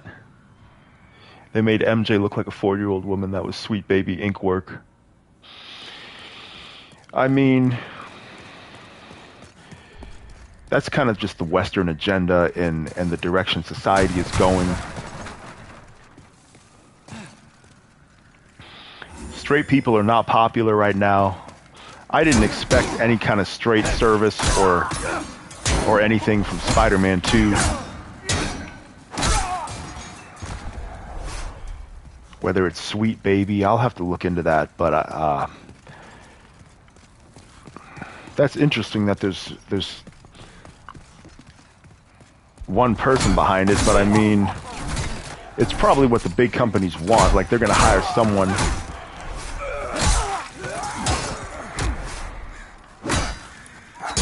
Straight people are not popular right now in the West. So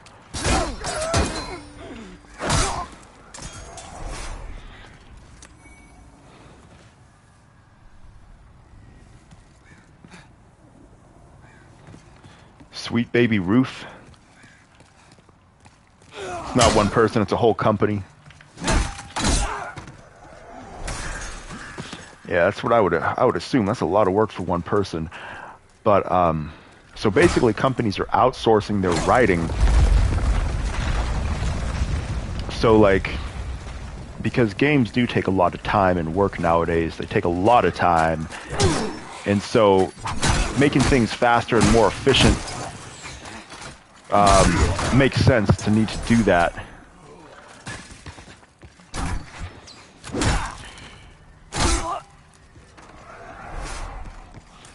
But aside from the modern agenda of Spider-Man 2, It's good. It's just kind of your typical superhero story. It's a good one. I'm more of a Rocksteady person just because of their grittiness. They're like artists. I don't know. Spider-Man 2 is cool. It's just so teenagery. I don't know. It doesn't have that detail and richness and just... I kind of blame Ben Jordan, or I guess Insomniac, for getting rid of John Bubniak, who was the original likeness model. That Ben Jordan is trash. He has no emotion. He's the current facial likeness of Peter Parker. They basically just turned to the closest intern and said, "You're Spider-Man." I don't know if we'll ever find out why John Bubniak is no longer the face, probably because he wanted a little more money. Like, pay that man, you know what I mean? Like, Spider-Man. You can't drop him a little bit of extra. You can't reach into your couch cushions for the face of Spider-Man. Maybe that's why he doesn't have much screen time. Maybe Insomniac realizes that, and like, Peter Parker is not really on screen for very much of Spider-Man 2. I feel like it's less than the first game, and I'm pretty sure the second game is longer. Like, it's very long, but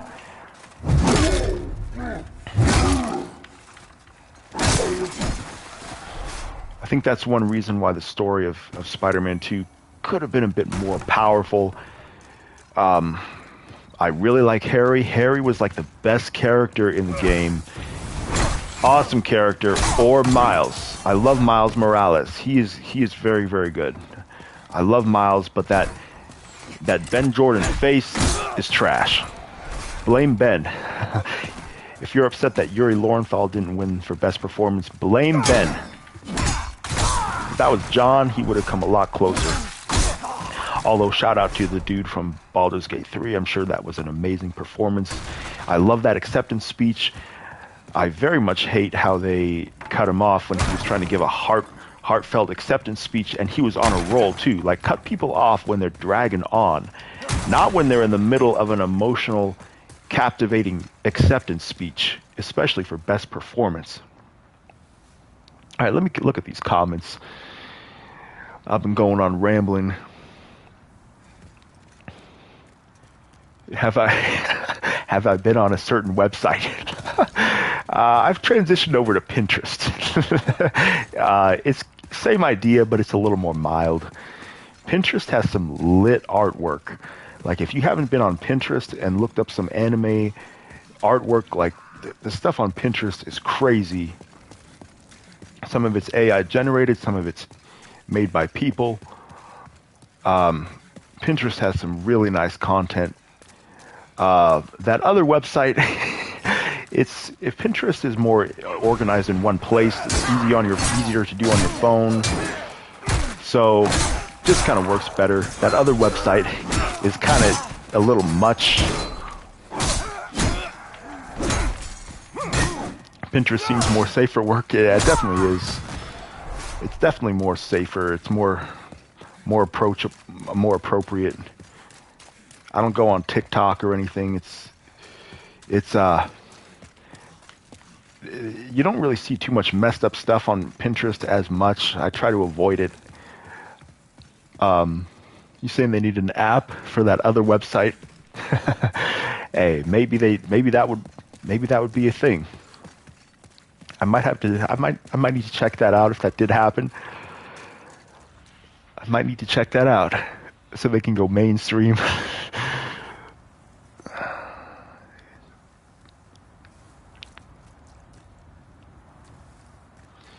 Anyways, it was Marvel's Avengers' fault for the face change. It was supposed to be in the same universe as Spider-Man. I mean, that doesn't explain why the face was changed for Spider-Man 2. Like, Marvel's The Avengers in the same universe as Spider-Man. Oh, you mean Spider-Man in the Avengers game was supposed to be like Ben Jordan's face? Yeah.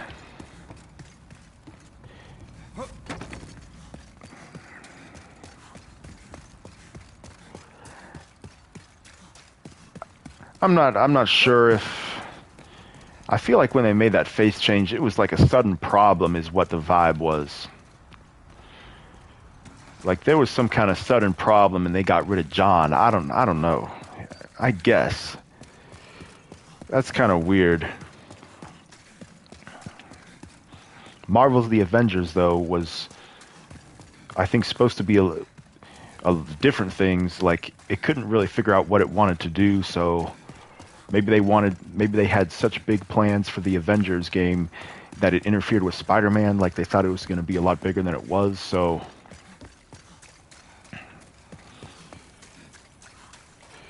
oh well. There were many reasons. That was just one of them. We'll probably never know what the real reasons were.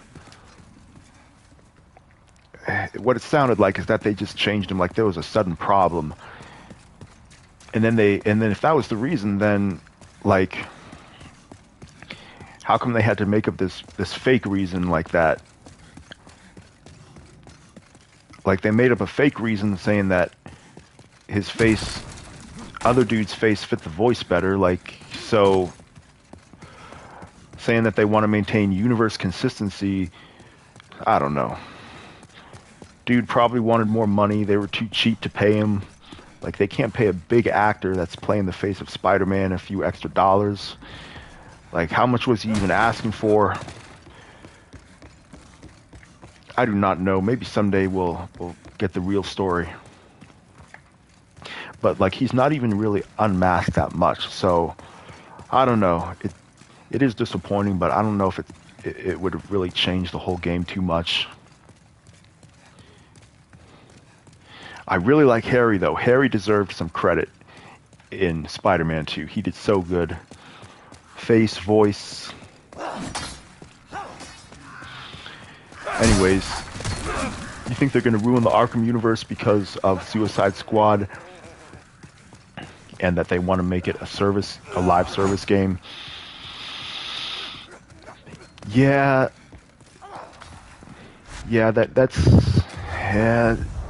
it's different. Suicide Squad being a live service game, Rocksteady making a live service game. That's definitely a different approach than what they usually do.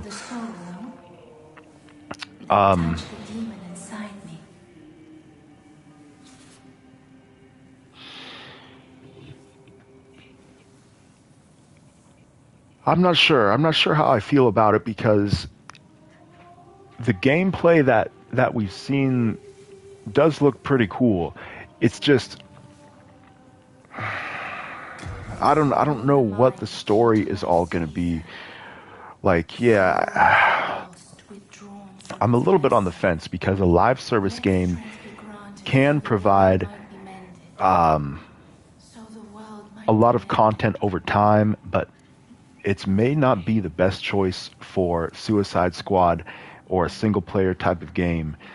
The Avengers didn't pull it off very well, but this is Rocksteady, so I don't know.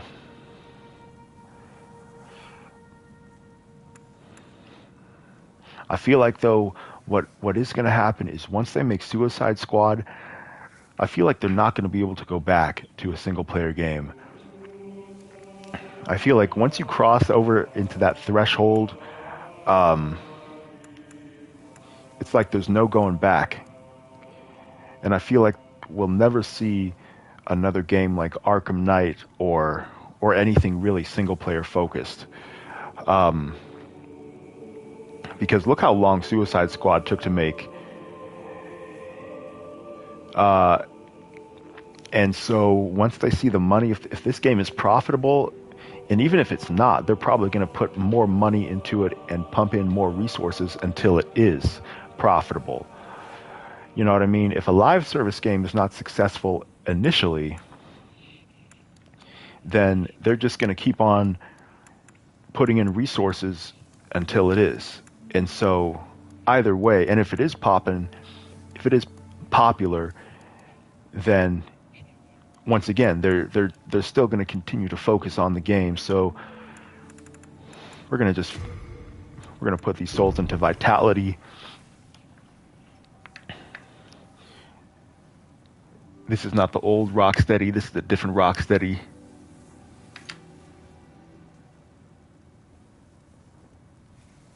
Almost everyone left. Wait, where are they? Yeah, it's definitely definitely a different company if they're making a game like this. I think a lot of it was Warner Brothers. They seem to not really have the best understanding of the market, looking at games like The Avengers, which seems like they really wanted to make a live service. I mean, Gotham Knights, like they wanted to make a live service game, and yeah, the Gotham Knights didn't turn out too well. But then WB Montreal is not really that great of a studio, so I don't know. I'm just looking for a fun game. Something that's a good multiplayer option and an online game. I wouldn't mind. I'm not really into the current live service games myself, so maybe this would be more up my alley. I don't know. I do have. I'm optimistic about the game, to be honest. I just think it looks pretty fun. Hopefully, the story will be will leave a lasting impact. I don't know. We're just gonna have to see how it does.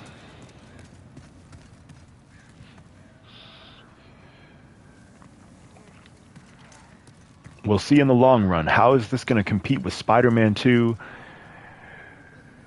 Single-player games have proven to be very successful and sell really well. The fan base stands behind them when they do well and when they're successful.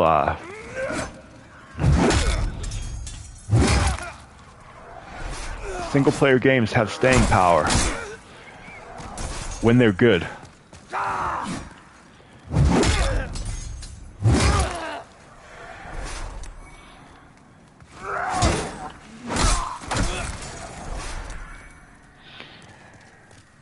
But anyways, the year is pretty much over. I'm going to just focus on trying to wrap up games that I haven't beaten yet or replaying games that I don't feel like I've scratched the surface well enough. A lot of times the first playthrough is, a lot of times almost feels like it's just a prerequisite. So I'm going to kind of iron out what I've got, and we have about another month until more games start dropping in early February.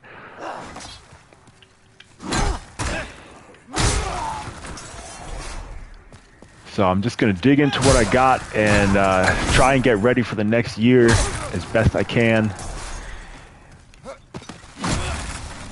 Even though this year has been kind of overwhelming with so much to play. Another year is about to start whether you're ready or not. So make the most of this downtime while you got it. Finish up games. Or delve deeper into ones that you haven't really explored well enough. What am I looking forward to? Suicide Squad is the next big one. I think February 2nd that releases. Final Fantasy VII Remake. I mean, Rebirth. Hugely anticipated. I think that's going to be amazing. I love 7 Remake. It's one of my favorite games. Beautiful game. Those games really set the standard for cinematography, presentation, and they really are works of art. And I think Rebirth it's going to be even better. I have high hopes for it. So those are the 2 games I've got my eye on for next year so far. And then just take things one game at a time. All the leaks, all the real fan hate, what they did to the story of Suicide Squad.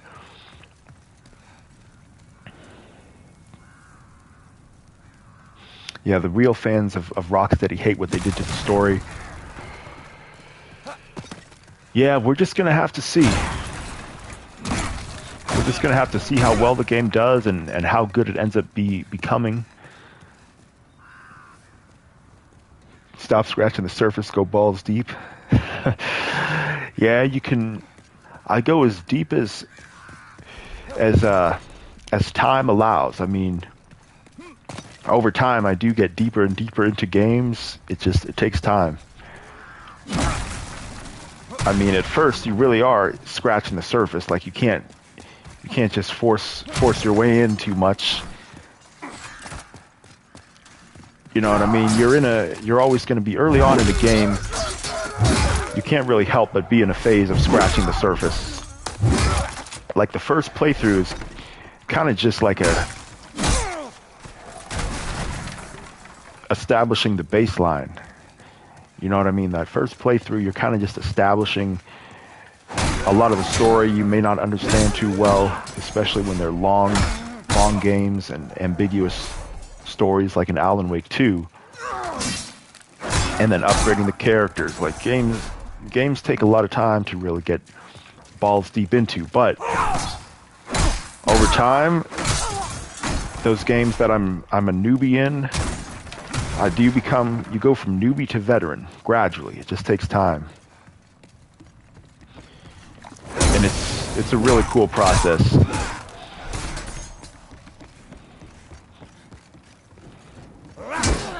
Maybe that'll be the case for this game. I definitely wouldn't be playing it right now if I wasn't streaming, because this would be boring as shit.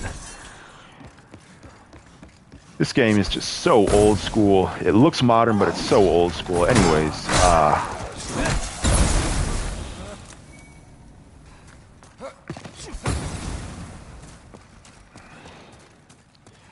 DS3, I'm coming up on the end. Actually, I think I'm on the final boss. But I just got to the Dragon Peak or whatever it's called. I looked up a couple things, and so I'm gonna try to explore through that. There's just not a lot of story, but at least you have epic enemies and nice environments and a lot of weapons. Gotta finish Liza P. I'm close to the end of that game. Like a Dragon Ishin. I'm pushing further and further. Like a Dragon Ishin has so much content. It's almost like too much. Like I kind of turned away because it's constantly introducing new mechanics, sub-stories, mini games. The main story has a lot of intrigue and conspiracies, as you typically get in Like a Dragon or in Yakuza. So yeah, Ishin is way more like bigger and just has a lot more content than you would think. Don't let the historical setting fool you, because Ishin is packed full of so much content, and it's very modern. Like, it's highly innovative with the combat system, and the crowds are totally improved and way better than in previous games in the franchise. It's very smooth. It looks very good. And I feel like you're not stuck in dialogue forever in Like a Dragon Ishin, like you can be in other Yakuza titles. But anyways, I gotta finish that. Playing through Souls games. Playing some Cyberpunk. I haven't finished Phantom Liberty, actually. I have not finished Phantom Liberty. I started a second time through Phantom Liberty because, like, I got back to my female V character. I've beaten the game 3 times, 3 different characters. My most played one is my second playthrough, which is a male. but I really like female V, and so I went ahead and took a break from my male V in Phantom Liberty, and I went ahead and got back to female V and went into Dogtown and went into Phantom Liberty with her. And so I might even beat Phantom Liberty with my female V before I do with the male character. Amazing expansion. Very, very good so far.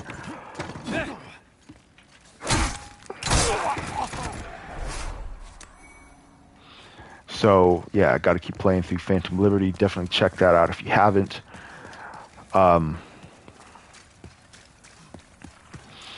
Final Fantasy XIV. I beat Final Fantasy XIV: A Realm Reborn just this morning, actually. Beat the last boss in A Realm Reborn. And 14 is so good. There's just so much. And now it branches out a lot. Like, you finish A Realm Reborn, which is the base game, basically. And now, I don't know exactly what's coming next, but there's 4 more expansions at the moment.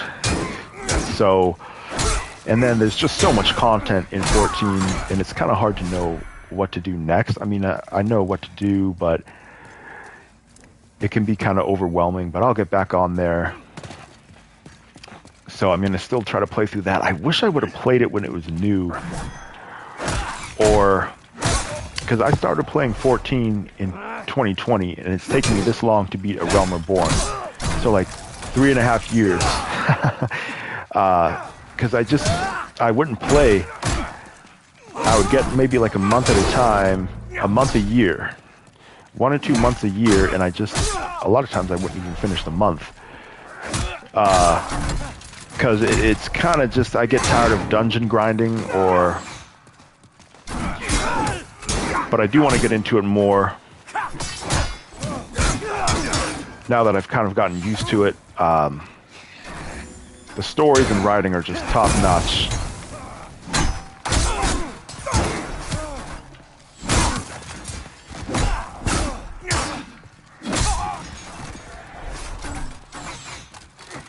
Started to emulate PS2 games,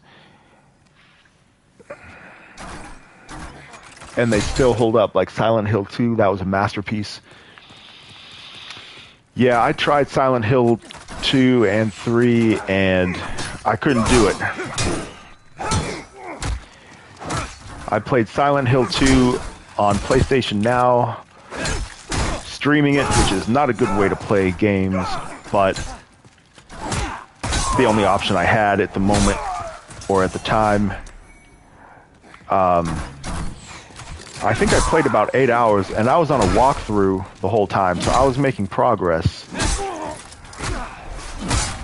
And I couldn't, it is difficult to go back to. It's just so hard to move around, and just navigating the environments and the puzzles, and oh my goodness, it is difficult to adjust to, and yeah, if you feel like that holds up, man, you can tolerate some old games. My hat goes off to you. If you can handle that, you definitely can handle some old games. Even like RE1 remake, like the 2000,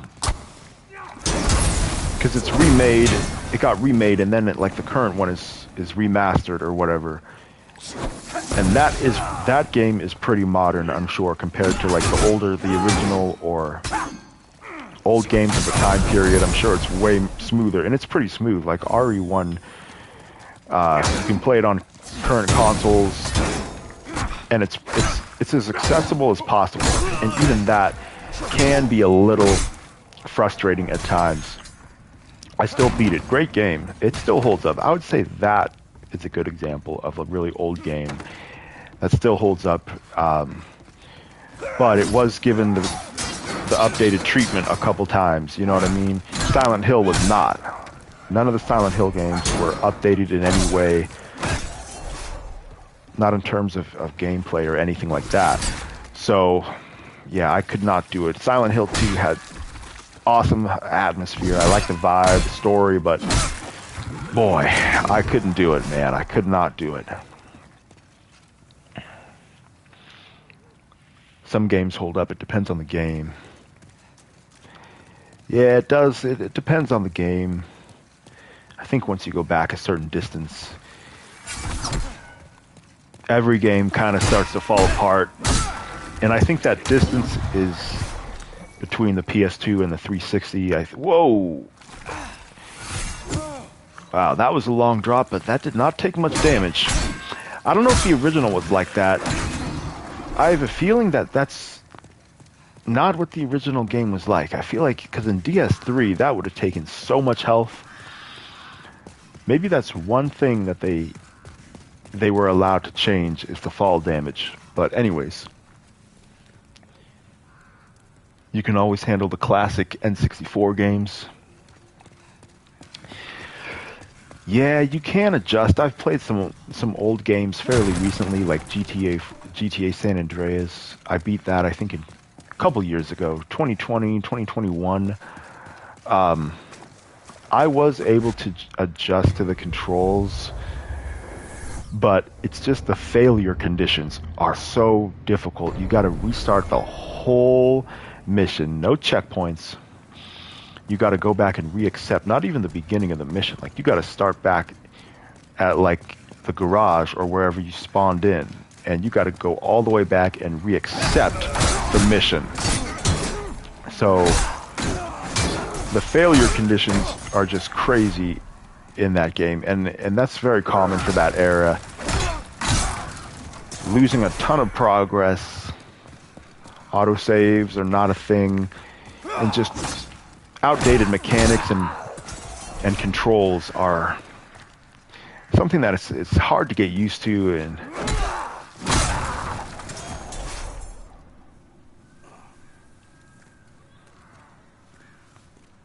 you can still play Ocarina of Time. Yeah, that game holds up pretty well.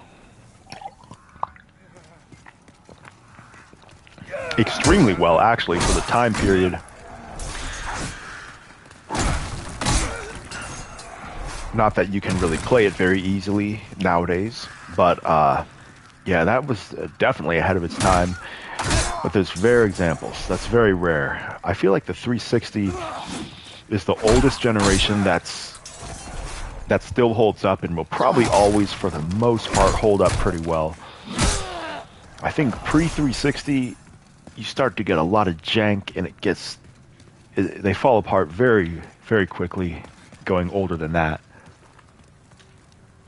You went back to Super Nintendo and played Castlevania. I got tolerance. I'm not a boomer, I'm 20. I can't even handle... I'm not even into the newer platformers like that. But everyone's into something different. Everybody's into different stuff. I don't really feel like I need to try to struggle and go back when the game is... A lot of times, to me, it's, in my opinion, just not really worth it. I've struggled to play like PS4 generation games, depending on the game.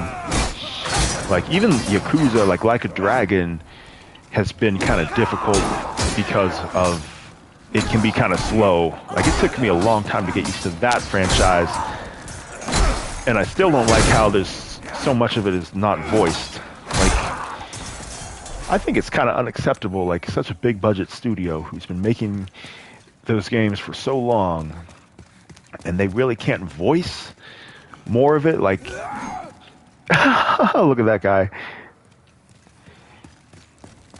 Like, really, so little is voiced.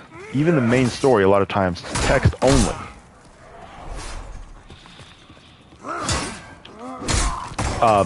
Some games just, yeah, some of them do hold up better than others. But I've been going back less and less, and I feel like I've kind of caught up on the really older stuff. Anytime I go back to explore something old, it's usually like from the 360 era, is those classic games where like the older ones are better than the newer ones. To me, that only goes so far. 360 is the oldest era that I can comfortably go back to.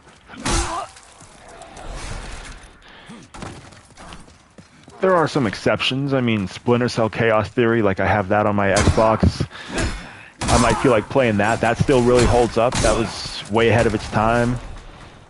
It's got to be ahead of its time, I feel like, for me to really go back that far.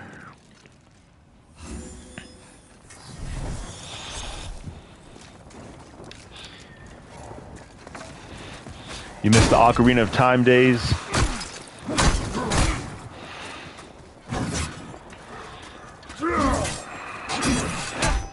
Yeah. It's understandable. I think games have come so far.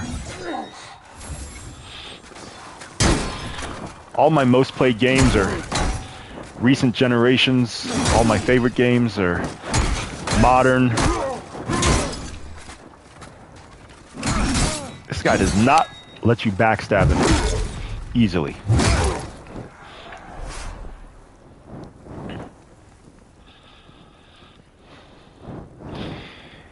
They found the actor of Lucia after 19 days from GTA 6. Yeah, I'm quite sure you can find the actor for a huge video game. I mean, she looks like her, so she's the likeness and the voice, so the performance capture and everything. See, that's what shows you how big GTA is, where like the voice actor is someone that people really want to discover and figure out who she is. When are people ever like going crazy over finding out who the voice actor is in a video game? You know what I mean? That just shows that GTA is just on a whole other level.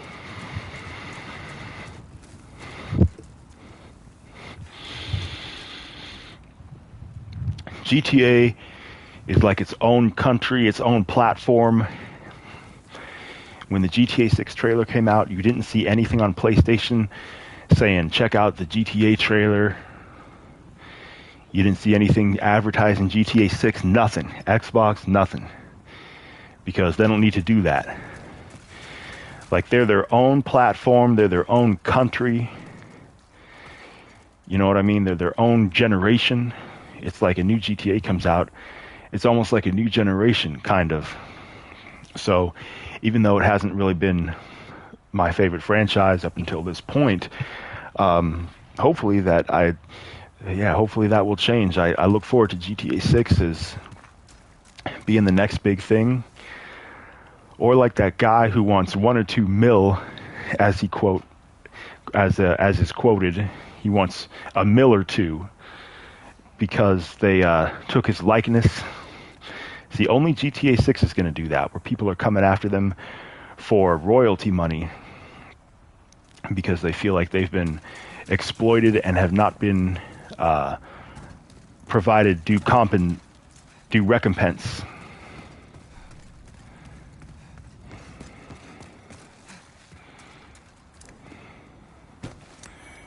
Only Grand Theft Auto.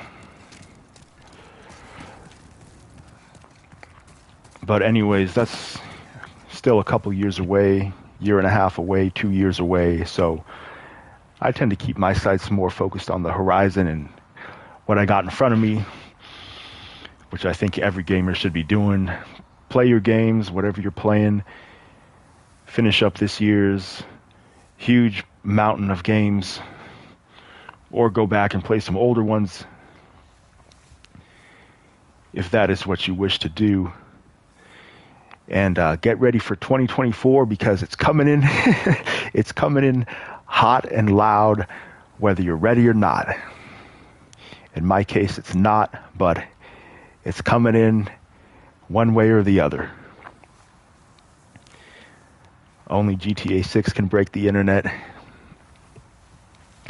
Yeah, and with the work and sacrifices that they put into their games, that's naturally going to be the result. Anyone who works at the level of Rockstar, when they put out a product, it's going to break break a lot of things. When you're the best in the business, you have that breaking power. You know what I mean? Whatever business you're in, if you're the best, you're gonna break whatever you anything that comes out is gonna break the industry. But anyways, I'm gonna focus on what games are here, what games are on the horizon. So I'm gonna go ahead and get up out of here for now. Thanks for coming in. Hit the like button if you enjoy the stream. And maybe we'll be back here again before the end of the year, or maybe it'll be at the start of the new year. We'll just see how it all goes. But happy 2023. Hopefully you had a good one. Happy New Year. Let's hope this one is just as good as the last, and in many ways, hopefully it's better. I'm going to get out of here.